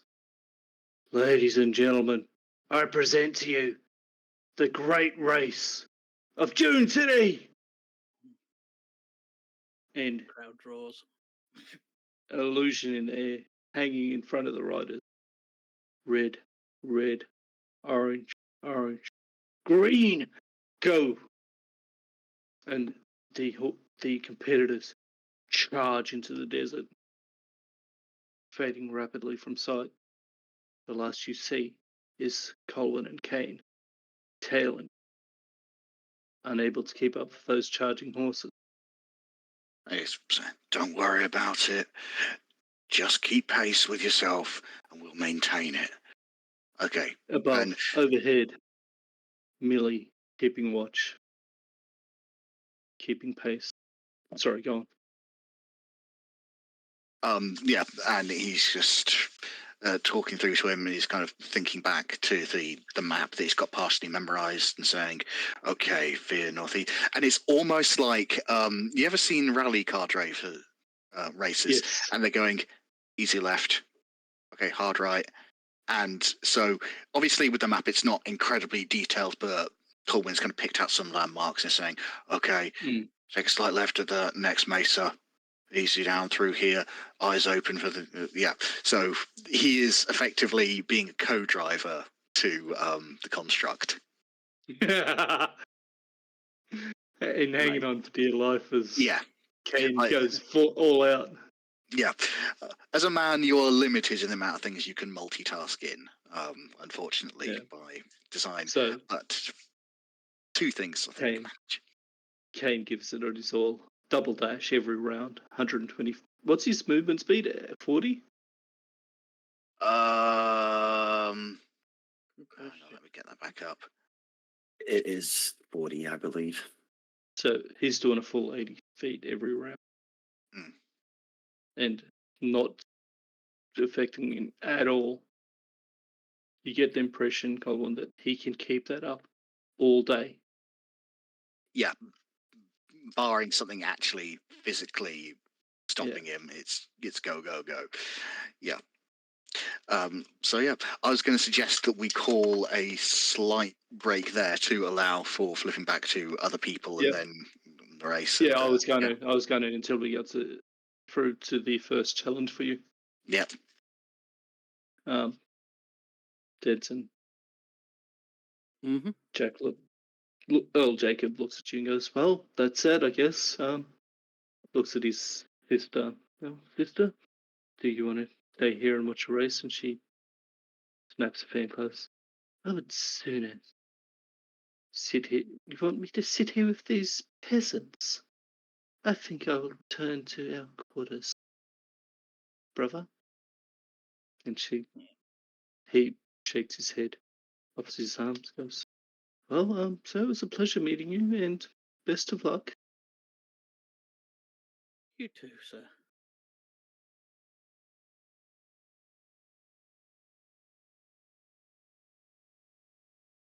And they take their leave.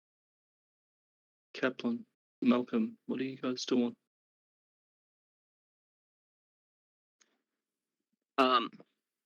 Kaplan originally goes back to the shop and says, "Okay, guys, to his fellow employees, we got work to do. But being that he is -1 in charisma, I'm going to play that he fails this horribly." Mm-hmm. Fails what horribly, man? He fails getting his staff to go to work horribly, and so fine, go to the pub. Fine, I believe they got a viewing thing at the pub. Your assistant goes, "You did promise him the day off for the race.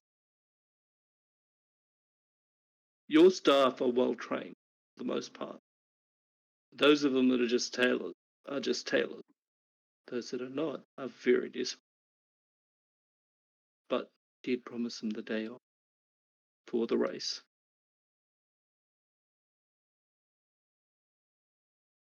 Did I? From the sounds of it, yeah. What you've said. All this work, the couple of people who ran off. All right, fine, we'll get back on. Fine. Are you there at the shop by yourself, Malcolm? After the farewells and the meeting there, you see Kaplan leaving to head back to his shop. Jadis is there, the guards are there. This little dancer's there sitting with Jadis, talking, excited that she's got time with the gold class for special training. Yeah, he's gonna trail off, and would he get the sense that Kaplan would be heading off by himself? Kaplan is going back to his shop, which is basically. Would Malcolm get like the sense that he's leaving for privacy, or Would he get the sense that he was leaving for privacy, Kaplan? Don't ask me about the intent of another player. Not really. He just wants to. All right, cool. Let's get on with this type of stuff. It's not like don't follow. It's not like a negative "don't follow me" vibe. It's just like back to work vibe. Yeah. All right. So you guys are aware that there's job work to be done. yeah, he'll probably then head over with him. Just So pass you guys the are standing time. in their shop as the tailors all pile out. As soon as Kaplan's done talking, and you are both standing there alone, Kaplan's assistant's still there. Loyal, dedicated assistant. Yeah, So it's just three of you there that, to the best of your knowledge, guarantee that these are members of the Crown's Guard. Malcolm, Kaplan, your assistant there, G.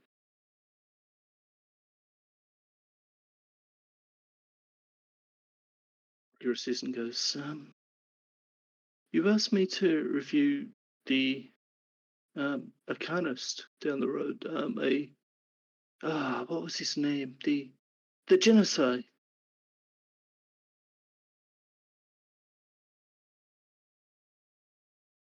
I see the name, which I Singe. asked him to look at because I can't find it. Sorry? Singe. Binge, that sounds about right. Singe Smokeheart. He's still there, sir. You didn't specify why you wanted me to find out his location and the status of that shop.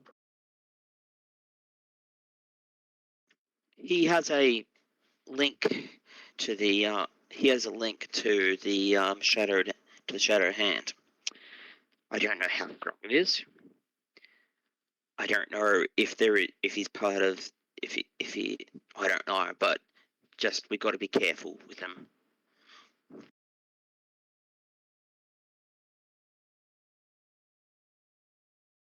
I see. Well, our agents not there today. They had the race. If you want to move anything anywhere secretly, today's the day to do it. Everybody's distracted.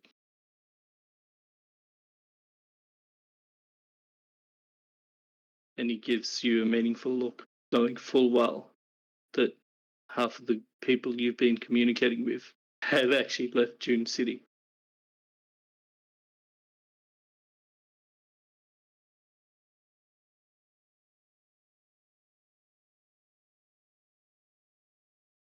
So what are you guys doing? Well, if you wanted to, I think we just need to keep an eye. Trail them as far back as you can. Keep an eye on them. First sense of trouble, get out of there, and let me know if you see anything. Of course, sir. I will go see if I can find some magical thread.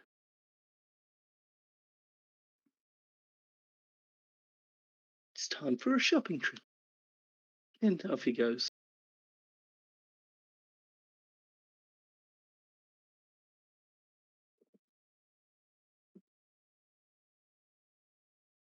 I'm being meowed at. What are we doing, guys? Did Denzin know about this guy? It was talked about, I'm sure. The Shadow Hand was mentioned during the meeting there. The question. Denzin is then he's going to slip away in super stealth mode. Hang on. Well, let's see if he slips away in super stealth mode, shall we? 15. Okay, noted. It's just more to sort of blend in and just so that nobody really notices him going from the race. And he disappears off. In that case, yeah, you were fine. They are all so fixated on this race, man. Yeah, he just wants to sort of melt into the background. And he's going to go and check out this shop. I can't remember what it was called now. Something Flask or whatever it was. Oh, that was it. Yeah. Yes, because he thinks it's a lead, obviously.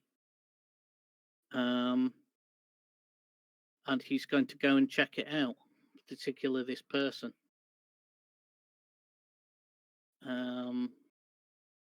So he's going to make his way to that shop. Are you just keeping an eye on it, or are you going up to interact with the shopkeeper? What are you doing? He's going to scout it first, Okay. as stealthily as you can.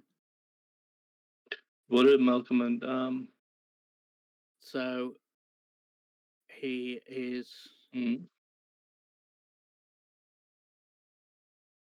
So investigation. Hang, What exactly are Malcolm and hang G on. doing at the moment? He has lots of employees, so he's going to do some tailoring. In all honesty, So you're going to be tailoring. Yeah, Malcolm's just going to be sitting there passing time until it's time for them to actually get stuff done with the rest of the party gathered and figuring out where to move from there. Yeah. So solo operation from Denzen. Yeah. I just wanted to make sure there wasn't going to be a crossover or interaction and blowing of covers or whatever. Mm-hmm. He's probably going to cast Pass Without Trace. Yep. On So himself. stealth with +10. Mm-hmm. Yeah, 27. That'll be a hang on. 37. Yeah. And that is now 37. Yeah. Where did you go?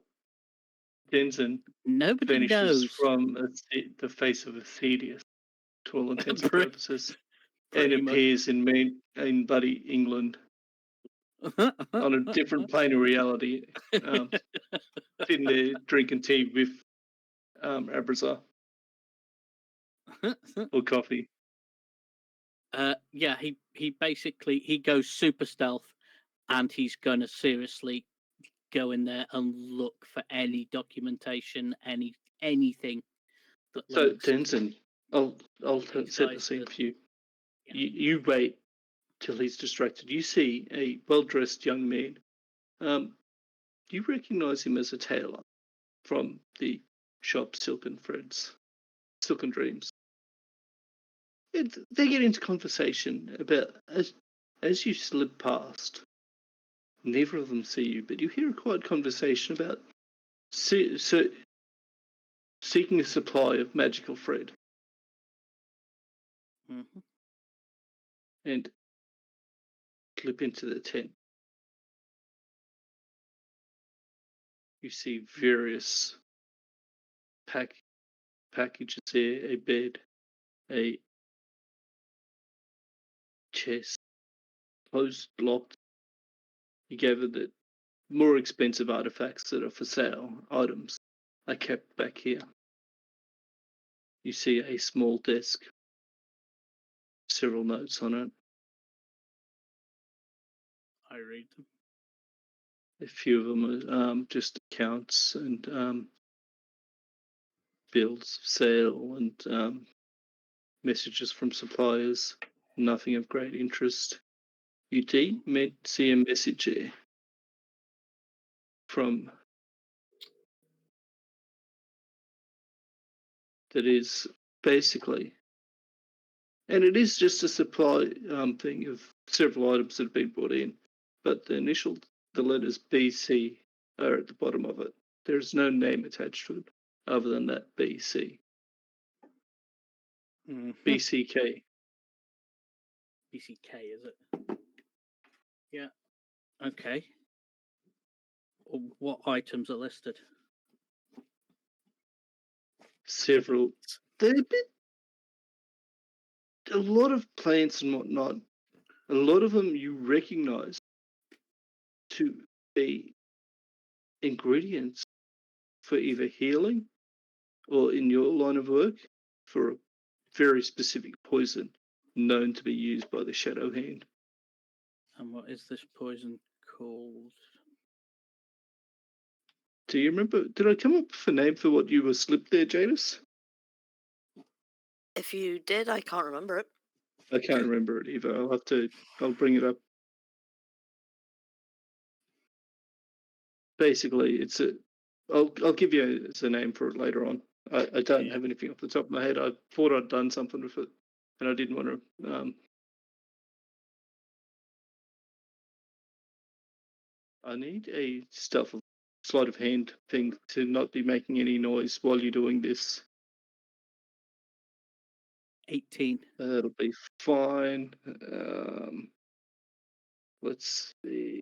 Be a disadvantage roll from them. Is there any ingredients that are unusual on that list as well that could be a coded message? There are no. Because he does think that that is from Baron Cedric Carnor. He sort of holds it up to the light and stuff like that. Do you require a... Let's do an investigation there. Yeah, he's not very good at this, unfortunately. That will be 11.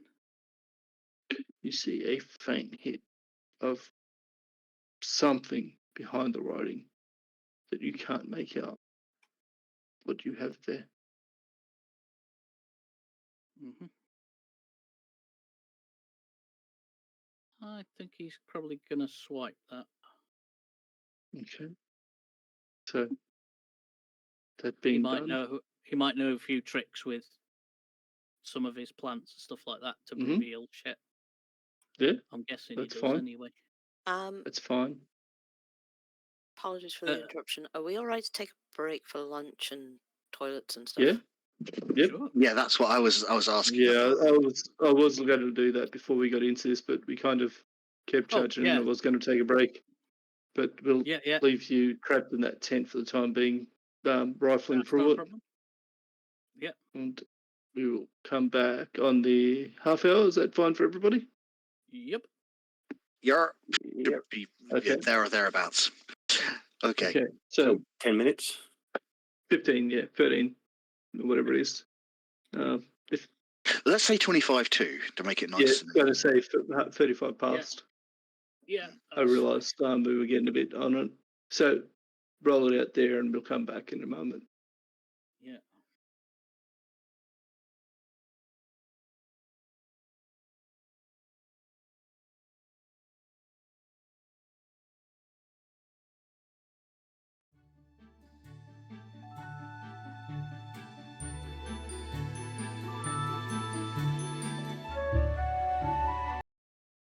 Well, he's scratching at the tent surface that is the fitting room.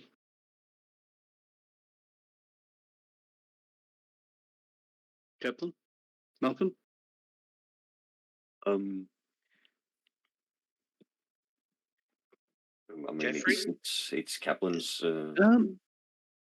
So there's someone here that demands to see you. A Minotaur, scrawny little fellow. He's not that little. For a Minotaur, he is. He looks at Kaplan. Malcolm looks at Kaplan and goes, "Can he fit in here?" It's quite a spacious thing. You got to remember that Kaplan tent business is quite prestigious. Yeah. I think I may know the man. Does the man have a name? He turns around and goes, did you introduce yourself, Denton? No, he didn't. He looks at it and just... No, sir. It's a Minotaur. I think he's the gardener from the keep.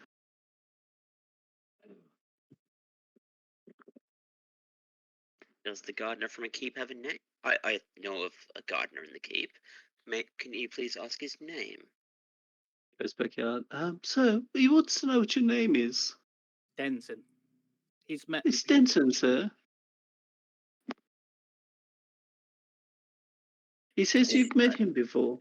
He was in the camp with us, wasn't he? As far as that goes, he says to Stinge, if you'll excuse me 1 second. And he leaves out to meet Denton. And he walks outside to have a chat to Denton. Ah, Kaplan. Hello, sir. I was told I might find a certain alchemist gentleman here. I'm assuming he was wandering off with you. I assume he's here. I was wondering if I could help at all. You see, I have many herbs in the garden, many things, and I heard about the fire. I was wondering if I could help the gentleman back onto his feet a little. I don't have vast amounts, but we certainly do have plenty that we could spare to help the gentleman if need be. Would Kaplan see that he was near a fire? Insight, man. There is no trace on Denzin. There's no trace, but He did say that he had gone in to get cleaned up and. All right. All right. Although, do minotaurs have fur or skin? Out of curiosity, for example, because if minotaurs have fur, then he would still be singed no matter what. Is what I'm thinking. He would have removed the prestidigitation. Would have cleaned up his fur. Prestidigitation apparently does clothing and not skin, and not skin or fur. Interesting. Apparently, but if the DM says otherwise, then yes. Doesn't make sense with fur, but I could see it for any burn marks or whatever. It depends whether he was burned or not, or whether it was just smoke damage. That's up to us. he copped a fire damage from that. He literally ate a bloody fire trap, man. Mm-hmm. Yeah, and he did actually mention that he had gone back to his hut to Clean up, take and drink a healing potion. So it wouldn't be obvious.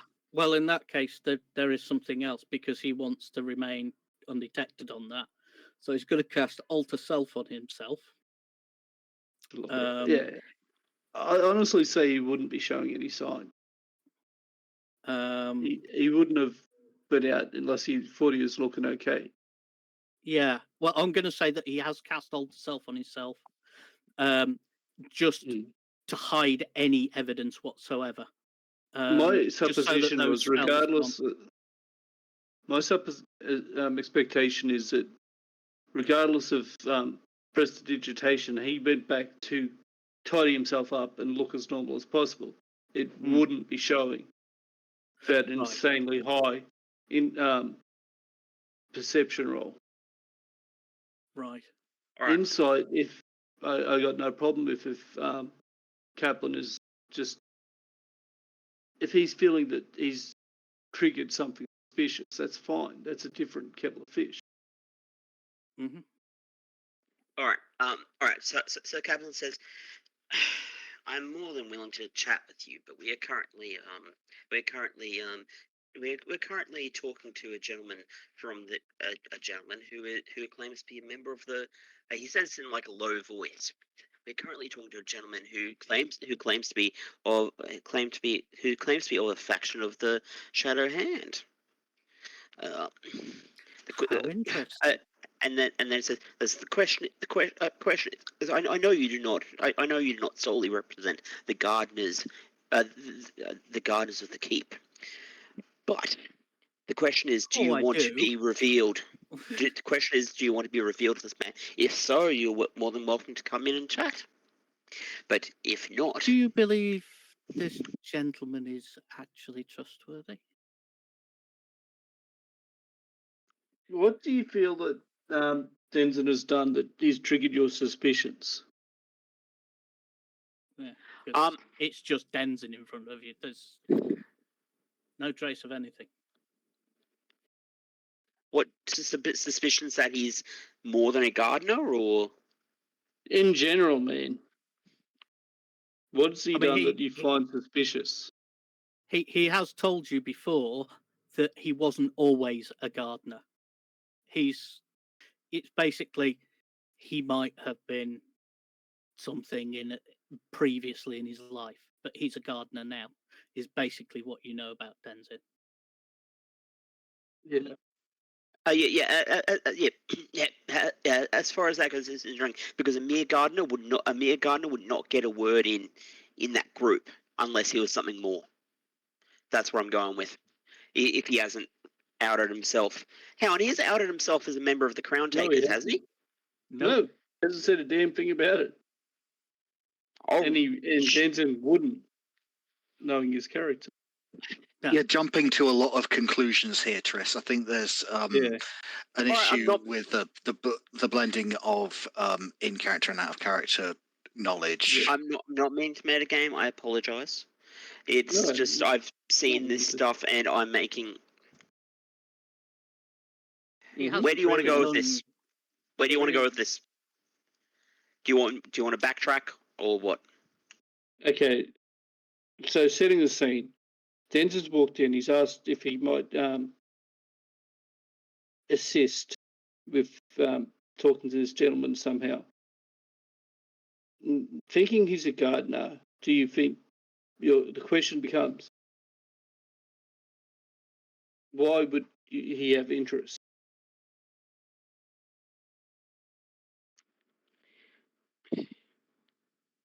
Well, he's already said that he'd heard about the fire, went there to see if he could help. Finding it burnt down, asked where this gentleman was, and came to this shop because they said that they'd seen him leave with a tailor. So he came to the tailor's shop to see if he could find him. That's it up until this point. There's no. Yeah, you don't know anything else. All right. I'm going to do an intelligence check to see how I do on this because no offense, because he's showing up with the group of heroes. It does not make sense that he is just a gardener. He's had perfect ties to it. He's been. You know what? Roll a d20 for me. There's going to be several rolls here. I'm just going with what what my intuition would say. This guy, if he's in with the group, he's more than. Well, your character's naturally suspicious, isn't he? So yeah, he's going to have. Yeah. How old is your character again, Triss? 40-something, I think. He spent 20 plus years in the intelligence community. Yeah, everything. If not longer. He was not just a spy. He was a handler of other spies. And he's also a survivor of the intelligence community at that age. So he trusts nobody at this point. So I'd be understandable for him just being generally suspicious to everybody. Yeah. So It wouldn't be anything specific. It's just a general. Yeah. Why is this gardener? Why is this gardener keep showing up? So I have no problem with him questioning everything in general. In that case. Yeah, I don't have a problem with that at all.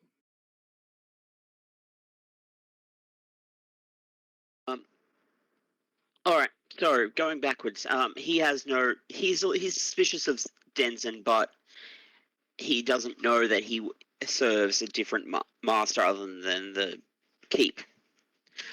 So he's going to say, the gardener. The gardener is in. I believe the gardener is. You mean the gardener alchemist? is. Yeah. Sorry, the alchemist is currently here. We are currently making sure he is okay. I will be happy to pass along your details. But yeah, I still think it's a little odd that he hasn't worked out that Denton is more than a gardener, at least. But okay. He knows it. It's probably something there. As Denzin said, he wasn't always a gardener. Yeah. But that could mean anything. I mean, that could be that he's ex-military and this is just his retirement, that sort of thing. Or he could have, served in that capacity, just as doing his service to Solsgard, as I do believe a lot of people do some military service and then sort of retire doing stuff. Is that correct, Ash? Sorry, mate. Yeah, I'd say potentially he could be a retired soldier or whatever and been given a pension position or whatever. Yeah. And retired too. I don't know what would be adequate cover for him just in case people get suspicious, because he's going to have a He- backup he- story, isn't he? He would have a full cover, man. The crown takers don't mess around when it comes to that. Yeah. So You would have to dig really deep.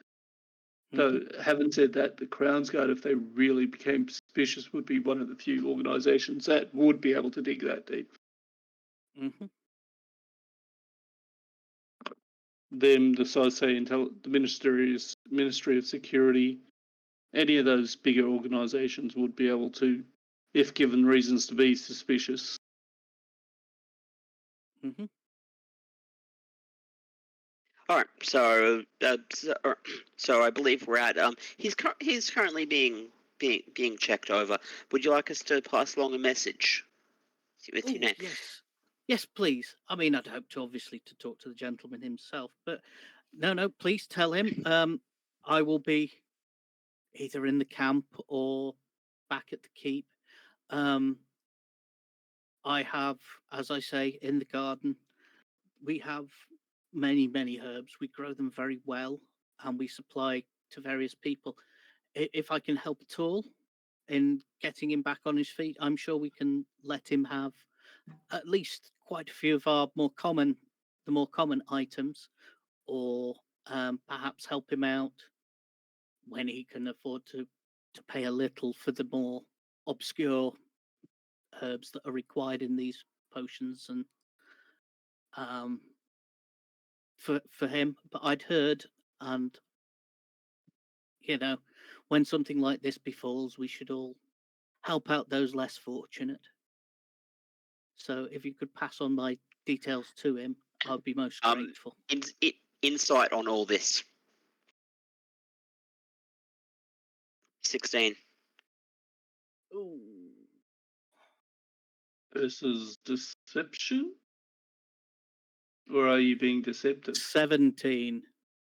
He's not being deceptive at all. Then it's persuasion, I think. And Is it persuasion or how performance? different is your bonus from deception to Well, deception persuasion? 7, persuasion and performance is +4. So that it would have been a 14. Yes. Or you can yes, roll it would. persuasion. No, Either way, it's less than his insight. yeah. But So he does he's actually being genuine. All right, no, I was just wondering Okay. about that because he's naturally suspicious about him. All right.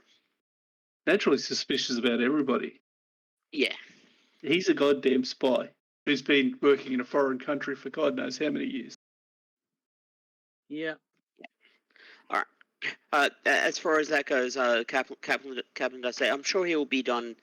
I'm sure he will be done shortly. If you would like to, if you'd like to wait around in this area, you may see him pass by shortly. As an alternative. I Malcolm, certainly can do. Okay, so what do you do from there, Denson? Are there any like street vendors with a bit of food or whatever? There are so many, dude. Well, if there's some you near, can take then your pick. he'll just turn to Kaplan and just say, "I'll go and grab a quick bite to eat and wait outside. Just be across, and the vendor's just over there. If you could point the gentleman in my direction, I'd be much appreciative. Thank you, sir. Have a lovely day." While this is happening, Malcolm, you've been left alone with this person. Well, Malcolm is currently he doesn't know how to read the situation just yet. He hasn't fully grasped Kaplan's position, or well, he knows his suspects of his position, but he hasn't like fully grasped everything. So right now he's just like carefully sitting there, not trying to intervene too much, sitting there kind of like staring at this person when he has like a tome in his lap, which is like sometimes So taking. how much are you paying attention? Fairly. I mean, he's keeping an eye on this person because So you watch as suddenly, as a cleric of Faye, you are used to Shadow. Shadow is welcoming and protecting. Mhm. The pall that falls over the room suddenly is anything but. There's a thick, almost inky black darkness that wraps around this man, this Virginesse smokes tin smoke heart, and you hear a scream, muffled, that barely reaches you, as a shadow presses in on him like a vice, and you hear a pop as he is crushed by that darkness.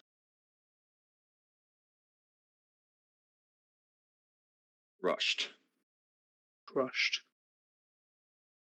But he's got the grip. Would Malcolm have had a chance to react? You may try. I would. He would cast. When he saw this shadow enveloping this person, he would instantly get up and cast Spirit Guardians. Okay, so Spirit Guardians. What's that do? You call forth spirits to protect you. They flit around you to a distance of 15 feet for the duration. If you are good or neutral, blah, blah, blah, blah, blah. When you cast this spell, you can designate any number of creatures you can see to be unaffected by it. So obviously, yep. Yeah, all allies. Mhm. Yeah.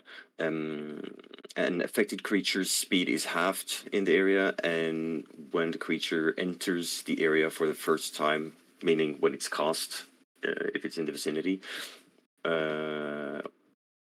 or when they start their turn, they must make a wisdom saving throw. Roll an intelligence check for me. What's perception based off? Oh, sorry. Yeah, no, intelligence is fine. As you were watching, Perception is a wisdom. Oh, sorry. You can roll wisdom then. Yeah. That would be a 13. Much the same. Was it a perception check or a wisdom check? That's fine. Much the same. To your knowledge, the shadow didn't come from an outside source. It came from a tattoo based on a dark hand tattooed on the back of his hand. And it flowed out to surround him and crush him. So you cast your Spirit Guardians and it reacts as it should, but it finds no enemy. That something has triggered a curse or some such, a binding on him to silence him. Ash, can we hear this? You hear a very distant, a very muffled scream, as if it's coming from a long way away. I turn, just as I'm about to leave, I just turn to Kaplan and just go, did you just hear a scream? Kaplan heard this. Get in here. Kaplan. All right, Kaplan runs in. Sorry. Mm-hmm. Are the two still in the fitting room and Kaplan had stepped out? Kaplan Yes. had stepped out to converse with Tenzin. I don't think they would have actually heard anything because they've said that fitting room has the Anti-scrying. Warded against scrying and stuff. It's not soundproof, it's warded against scrying, yeah. Okay. I'm guessing that they've put up fabric that dampen the sound, but not block it. And Denzin That actually sees Kaplan rush off and follows him. That and it's in the middle of the tailor's shop, surrounded by tailors. Generally, there's people. They're keeping an eye on the outside of it, so in use, people don't get close to it. Yeah.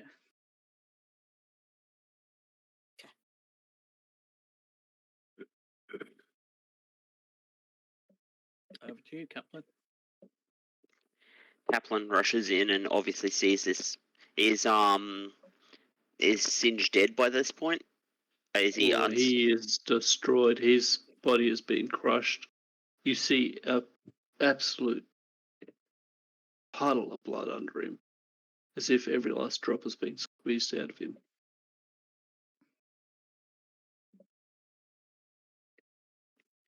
What happened, Malcolm? Shadows appeared from him. You said Malcolm noticed it coming from the tattoo? From the tattoo? Yeah. Shadows emerged from this tattoo of his and literally just crushed him in before my eyes. I had no chance to react at all. And I did, as you see, and he motions to his, like... What form has your spirit guardians taken? Probably like more or less like formless motions of something, like a little bit indistinct, but you can sometimes maybe spot like what can look like a faded version of a dragon wings appearing on some of these forms. So basically, small shadowy dragons that flick in and out of sight. Basically, hint of shadow dragons and dancing in and out. Yeah, and he dispels his spell and then goes, but my spell had no effect at all. It had nothing to grasp onto.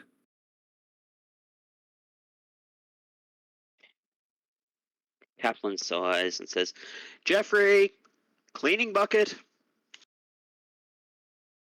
Cleaning bucket, sir? Okay. Comes in. Don't vomit. Face drains the colour. One of those sessions I see, sir. I'll get straight onto it. It wasn't us. May I? Of course not, sir. Exactly what happened, Jeff? What happened when you followed him, Jeffrey? He asked me if I was part of that tailor's group. I brought him here.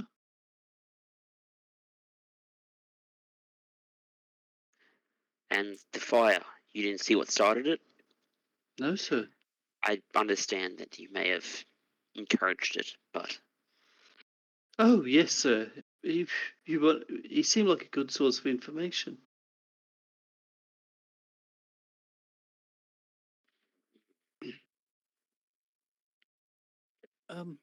And basically breaking his spirit, leaving him nowhere to turn but to us. I hoped we could turn him to our advantage. He provided some information. His demise seems to have seems to make some of it seem real, but I never trust anyone. Oh, as you shouldn't, sir. Not in our game. Gentlemen, may I help with the cleanup? Before I was sir, a gardener, I was a minor mage, working sort of with the partly with the Mages Guild and the Crown's Guard. Just simple things, you understand. But I can actually prestidigitate. I could help you clean up the mess. Oh, it's quite all right, sir. I'm happy to. I've got a mop and buckets, especially for this. Very well. You get the impression that this isn't the first time Jeffrey's had to clean up a mess in this room. So yeah, Ash, if that's all right, a Mm, sort of minor caster in the employ yeah, that's fine. Crown Guard with some minor thing, because he's only young. He just did a Would bit, have been. didn't really like it, Yeah. and then just became a gardener instead. Mm, So if we can use that as sort of his backstory, that'd that's be fine, man. He would have been affiliated with the Knights of Sol or something like that as a Yeah. potential recruit slash affiliate. yeah. Maybe he didn't even make it in. He was just had some minor talent, tried it, and Yeah. they decided to make him a gardener after. Yeah, Take better that's on fine. him. Because the free mage keeps is where the majority of the training occurs as well. Yeah. So him being here would make sense in that regard. Yeah. Excellent. Cool. Thanks for that. I had been Not a wondering. problem. While this is happening, it's getting on to midday. Colwyn leaning Yeah, down. I closer was to the going to say, battlefield. I've got to go, dude, Okay. unfortunately. Need to be able to get damn it. on with this, otherwise than that. Yeah. Real life going over into games. Remember, folks, Yeah. real life always comes first. Try not to feel too Yeah. guilty about it. Yeah, if you've got to go, man, we'll It's all right, mark Ed. it there and we'll bring Don't it worry, to I'm not here next week. week. You've got the whole week to do what you like. Oh dear, oh dear. But Sorry about that. yeah. No, Anyway, it was it is. fun and interesting, guys. I'll catch up with you soon. Much love. Catch you It later. is Cheers, Ed. getting on midnight. It's been a while, so we might wind it down. Oh yeah, Anyway. that's fair enough. All right. Just in case for the stream, I forgot to press unpause on the recording after the break. So for the stream, I want to go over what happened in the meantime. We Can I talked just about. slightly finish up here and Sorry. say that Yeah. Denzin at this point just says, "Well, I think you gentlemen seem to have this in hand. This horrific sight. I'm going to go back to the camp. I'm sure you'll fill me in later with maybe what happened." And then he tries to make himself look slightly queasy, and then performance Performance. roll. Yeah, Fat hesitation. Performance. 22. Am I seeing him? You look Gotcha. squeezy. Inside, if anyone doesn't believe it. I mean, Kaplan is never mind. automatic, sort of. It's sort of well, we know Kaplan's Kaplan actually apparently believes it. right? Kaplan believes it. Eh? But yeah, Denzin is putting on his best act of being slightly horrified and queasy, and just goes, "Yeah," and just walks out as if he's about to be sick, and he doesn't want to do it in the shop, so he dives out and goes back to the camp. I'm just doing that so we can sort of leave in there because I'm not here next week. Okay. That's fine. Is there anything Malcolm can discern from this tattoo? Well, how do you plan to inspect it? Well, I'm looking at it. If it's like if the design of it is something that he would recognize, or if there's anything he can get a sense I from don't it. think there's much of it left considering the guy's paced. There isn't really a lot to investigate there, man. He got squeezed like a grape, like I said. All right. Was he May I squeezed ask? like a grape, or has the body actually been completely mangled? Because he'd be able to sort of look at the skin if he'd only just had all the blood squeezed out of him. The skin would still be. You'd have intact, to sort of spread it out and look at it. How do you want to look at it? Like you fold, like you straighten out a newspaper. And but I mean, I'm going to say you don't have looking anything at like it with your identifying. eyes, are you doing arcana? Are you doing something magical? No, What it's do you? just How do you looking at it plan to see to if there's like a certain design or anything to this tattoo that would stick out as anything he would recognize, if it's something to do with the design itself, or it's just like an indistinguishable tattoo that had a property. It is a tattoo. Looking at it in its physical perception, it is a tattoo in black ink of a hand. Of a hand. Mm-hmm. And does the hand stick As in out? shadow hand. Okay, yeah. Whether that's something that marks a group or is something specific to him, you don't know. All right. So how big is it? Like the tattoo? It's not very big at all, man. Okay. Looking at the back of your hand, it'd be maybe 2 centimeters by 1. Okay, just a small. On the back of his hand. Yeah. Basically, somewhere between the his finger and thumb, that sort of area.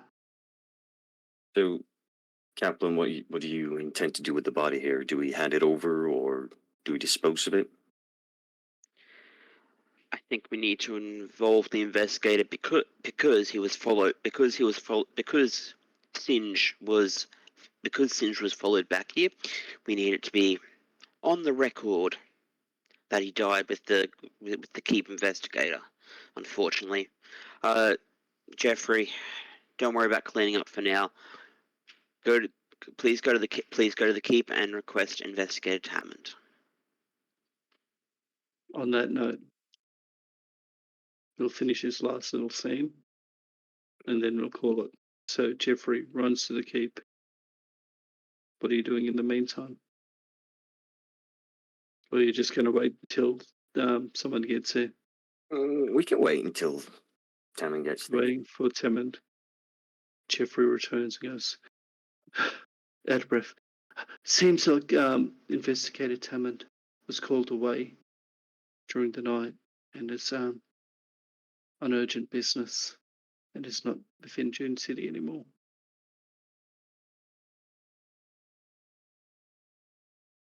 So, very well. I believe, sir, and he turns to you, Malcolm, goes, you, sir, would be the senior investigator on site? Well, blasted. Well, as far as this goes, this makes it a lot easier now, doesn't it? Says Kaplan, and he's actually animated and happy about something. For he's normally just like glum, normal, but he's actually happy that this can be covered up so damn easily now. Does he say that to Malcolm? Well, he said he doesn't say it directly. He says, "Well, this makes it easier. This makes this whole thing a lot easier now, doesn't it?" It does. I'm not sure we should just brush him under a rug and hide it away. I think we should hand him over to a morgue or something. You're the investigator. You are the investigator. I believe this is your jurisdiction. Your jurisdiction now. I just may I ask that you may I ask that we have our room back as soon as possible. Yeah. I'm just gonna. I will hold on to this. I will hold on to this, and he takes out like a dagger and like, you're not queasy, are you? And he starts just carving off the skin part, just to get like the skin flap with the tattoo. Like, I'm gonna hold on to this one. Yeah. They could have just made a drawing. Right? But this is quicker. This is quicker. Okay, so yeah, not mangle the. You doing the entire hand, or you just doing the where the tattoo just where the tattoo is. 15. Okay, so you get the tattoo without damaging it. You now have a patch of skin with a tattoo on it of a dead man. Yes. And then I'll just quickly wrap a piece of cloth around it, and like, yeah, there we go. Oh God. And I'm done with him. As far as that, Kaplan says, as far as that goes, Kaplan says, if you're going to invite any mages to the scene, then we will need to change the curtains quickly so that they do not detect. So they do not detect what this room is. I will not be calling on any mages, my friend. Your friend over there. Is it possible that you could have him just run out and see if there's any guards about? Someone to just drag this pile of skin to a morgue. Jeffrey, Watch all the guards. Yes, sir. please What can I find do a for you? guard. I can't, sir. Oh, I'm on it. Goes out. Moments later, comes back in. There's guards everywhere in June City. Malcolm presents himself to the guards with his identification as an investigator, and then tells them basically, this person had something that killed him. We are investigating it, but we cannot leave the body lying here. So if you would mind bringing it to a morgue. Okay. We'll take it to keep for Very well. brings it to the we'll take it to the keep, sir, for your further research, study, whatever. If you wouldn't mind.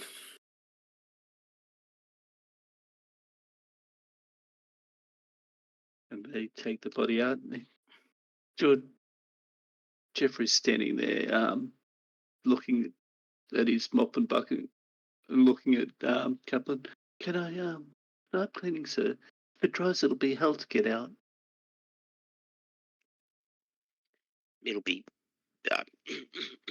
And then Kaplan says, "I can get it out if it dries.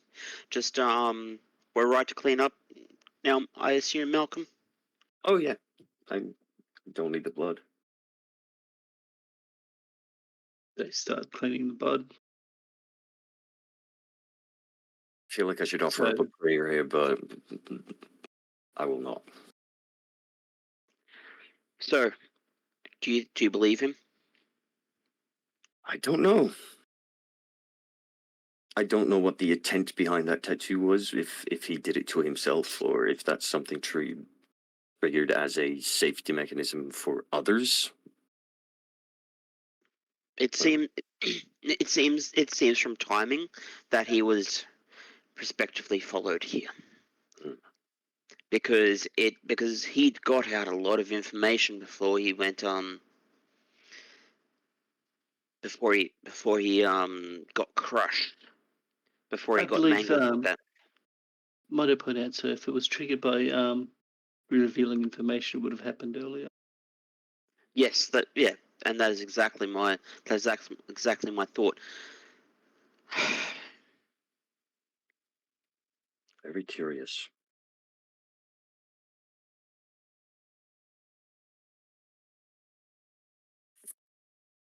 Well, our friend said he was going to camp, and I believe the rest of our party is going to be gathering there at some point as well.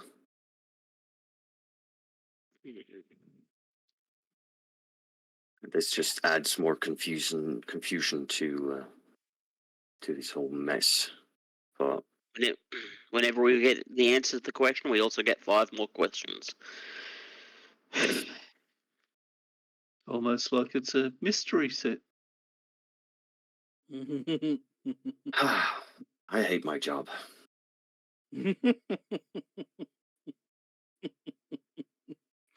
Well, let's leave it there, shall we? Yeah, we can call it there.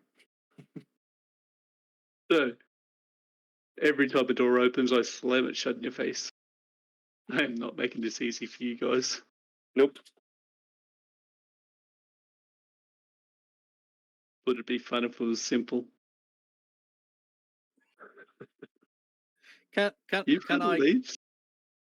I make a recommendation that what Nord just said is actually the title of the episode? Well, I hate my job.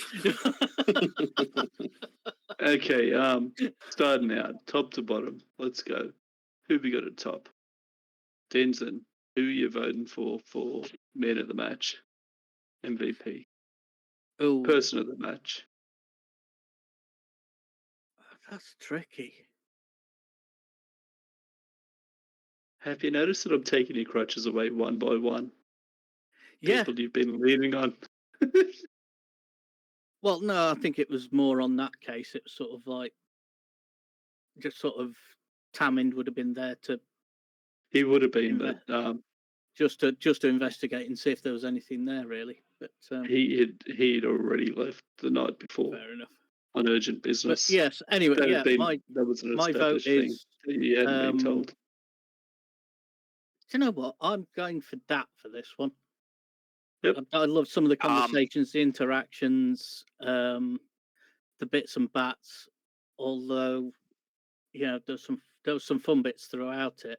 But yeah, just purely for being an absolute suspicious bastard. Do you want Love to pick someone else? Because I've already got inspiration.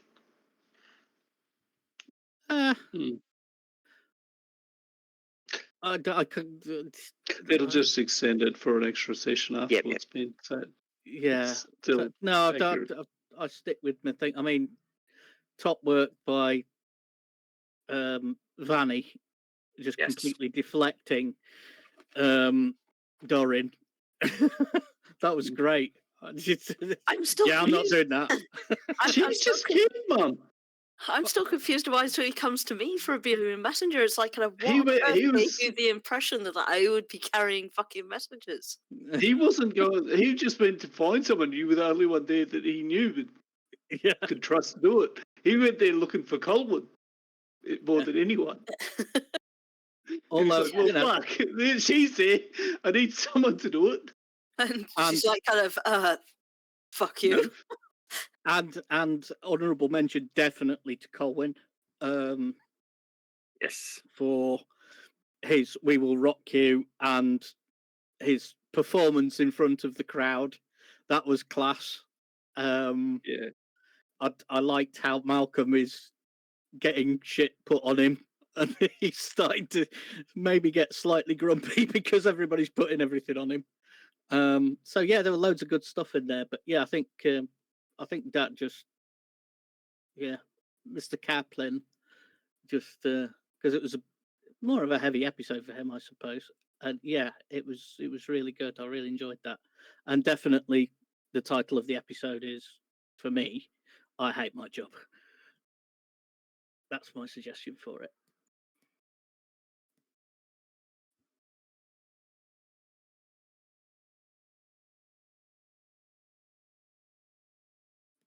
G Kaplan. Denson for his break and enter. Thank you.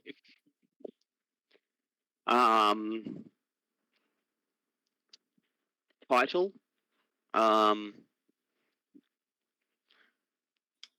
in Smoke. Nice.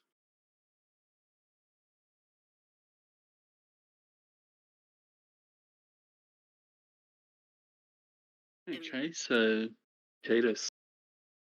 I'm giving mine to Colin for the absolute legend performance. Okay. It was good. It was excellent. So As for the title,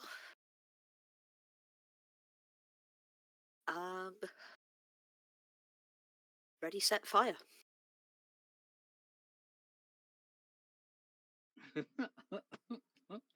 righto.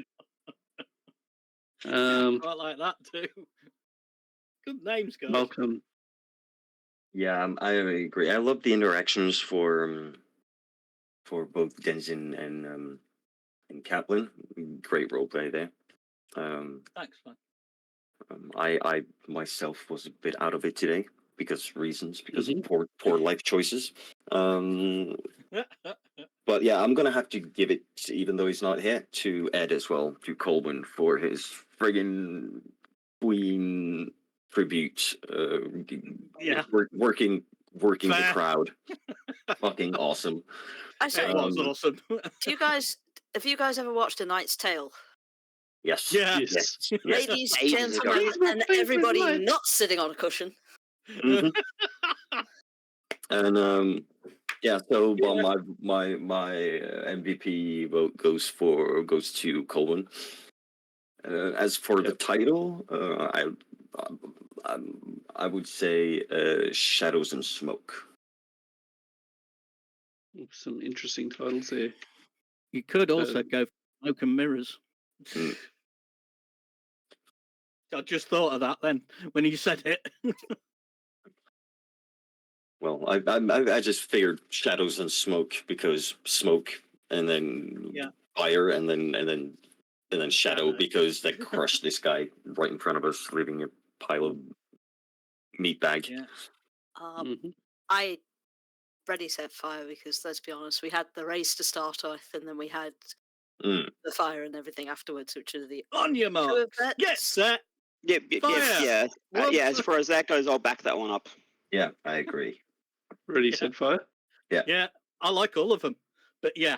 Yeah, same. As there's Nice one, a lot Jadis. of good titles in there. So, Colwyn Colin. and Ready, set, fire. Yes. Yeah.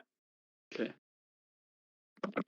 Anyway, good session, interesting session. I think a lot of intrigue and whatnot going on. I will say that that's going to be a bit par for the course for this group for the time being. And that's what they've shown and that's what they've presented, and kind of where they're moving. A little bit of political intrigue. That's just how this sort of has grown in Dune City, basically. Malcolm is starting to after- regret his choice of undercover work. I am going to mention it because I found it extremely funny. I have told Asha, but I'm just going to. G and Malcolm, I'm sorry, but you guys sort of like remind me of Austin Powers and Johnny English in sort of like a guest star in the episode of Naked Gun 33 1/3. Yeah. Be fair to G, everybody there is aware that he's a member of the Crown's Guard. He didn't actually advertise himself. He was pointed out as a member by someone else. Who was from the intelligence community. In fact, by the very gentleman in front of you that's been murdered, I believe. He hinted at Gap being a crownsman. Yeah, that Kaplan being there. Kaplan never actually added himself. He was added by others to you guys. Mm. It's still amusing. Anyway. Oh, yeah. Sorry. Are we out? No, not yet. Anyway. I just want to do if you guys want to move down, or you want to stay for the recap of what happened when I was stupid and didn't unpress the pause button. Yeah, if you want to do that. So I just want to do a recap. So if you guys want to move down, or if you guys want to stay, that's up to you. But other than that, yeah. Well, I was going to suggest that we sort of like kind of hop channels anyway if we're wanting to do Green Hell. But I don't know if Asher I'll hang up here real quick. I want to do Green Hell. Yes. I'll do Green Hell. So we can jump to Shenanigans channel. I will jump over in a bit. I'll stay for this recap in case Christmas and stuff. Alright. Bye, everyone. Bye-bye. Yep. All right. Anyone watching, listening, as far as the recap goes, we heard more about the poison which affected Vanny. Dendro, something golden poison frog from the Great Wood. Basically, if you instead of when people talk about elven forest, they think very much European forest. The Great Wood isn't that. It is very much tropical jungle / Amazon-y sort of thing. You know, poisonous snakes, jaguars, etc., and so on. Very much. And the poison that was used, the one that was used on Jadis as well, was known as the Golden Kiss, which is a derivative of poison from the golden poison fraud, or whatever. Extremely toxic, and as well as various poisonous herbs mixed in with this. Anyway, I interrupted. Let's go. Yeah. So Denson went and took a sample of the. He found the actual frogs in the back of Singer's shop. He took a sample of the poison. He took a bill of sale with all the stuff which could make the poison, which was signed by BCK, which may have been. So he picked up, and then he picked up a folded note, and the tent exploded. Kaplan's assistant, Jeffrey, played along trying to help put the fire out, but actually egged it on, apparently. Singe murmured at that, "God, I'm ruined. I'll never be free now." And Denson went and healed himself up because he took some damage in the fire. Colwyn managed to go straight through some caltrops someone left on the course. He is now. No, he didn't go through. He didn't go through the caltrops. Oh no, he went around. All right, but he managed to pass an obstacle which someone else failed. He is now six out of 8th he did place. go through the caltrops, but he wasn't affected due to steel mount. My Yeah. apologies. Yeah, he is 6th of 8th place now. Darren went to the tent. Darren went to the tent to try and find a contact for the group now that Gold is gone. Mm-hmm. And Jadis offered up a dancer by the name of Jason. Well, originally who was light-fingered. Originally, the expectation was that Colwyn would be doing it, but Colwyn's gone for days out in the desert now. Yeah. So Jeffrey then returned with Singe, and they took him into the back, and they took him into the fitting room, which is warded against scrying. And Singe says, "Yes, I'm a member of the Shadow Hand. Although I belong to a minority who is not trying to do this, but I have distributed enough poison to kill a whole city in my duty. Enough of the Golden Kiss poison to he said the Baron Cedric what's name is scum, and he is is in league with Shattered Hand. So the Crownsmen are at least the ones in Summerford, yeah. Yeah, at least the ones in Summerford. Yeah. Denson asks to come into the tent, and Kaplan didn't want to. Kaplan was a little bit suspicious, like he is of everyone, and yeah. While they were in discussion, Malcolm got the pleasure of witnessing a shadow pop out of the tattoo on the back of this enchanter's hand, grip him like a vice, and bloody pop him like a grape, blood all over the floors. And I believe the rest was covered in the stream after that, so I shall press the magic button, and we'll probably see you next week, but we'll be down a few people, so yeah. Denson and Jadis, which should be fine. Yeah, so we'll figure something out there. We'll figure some, yeah. We'll probably be focusing on the race, in all honesty, with it, but because that's what we can do. But yeah, we'll see how we go. We'll see you guys.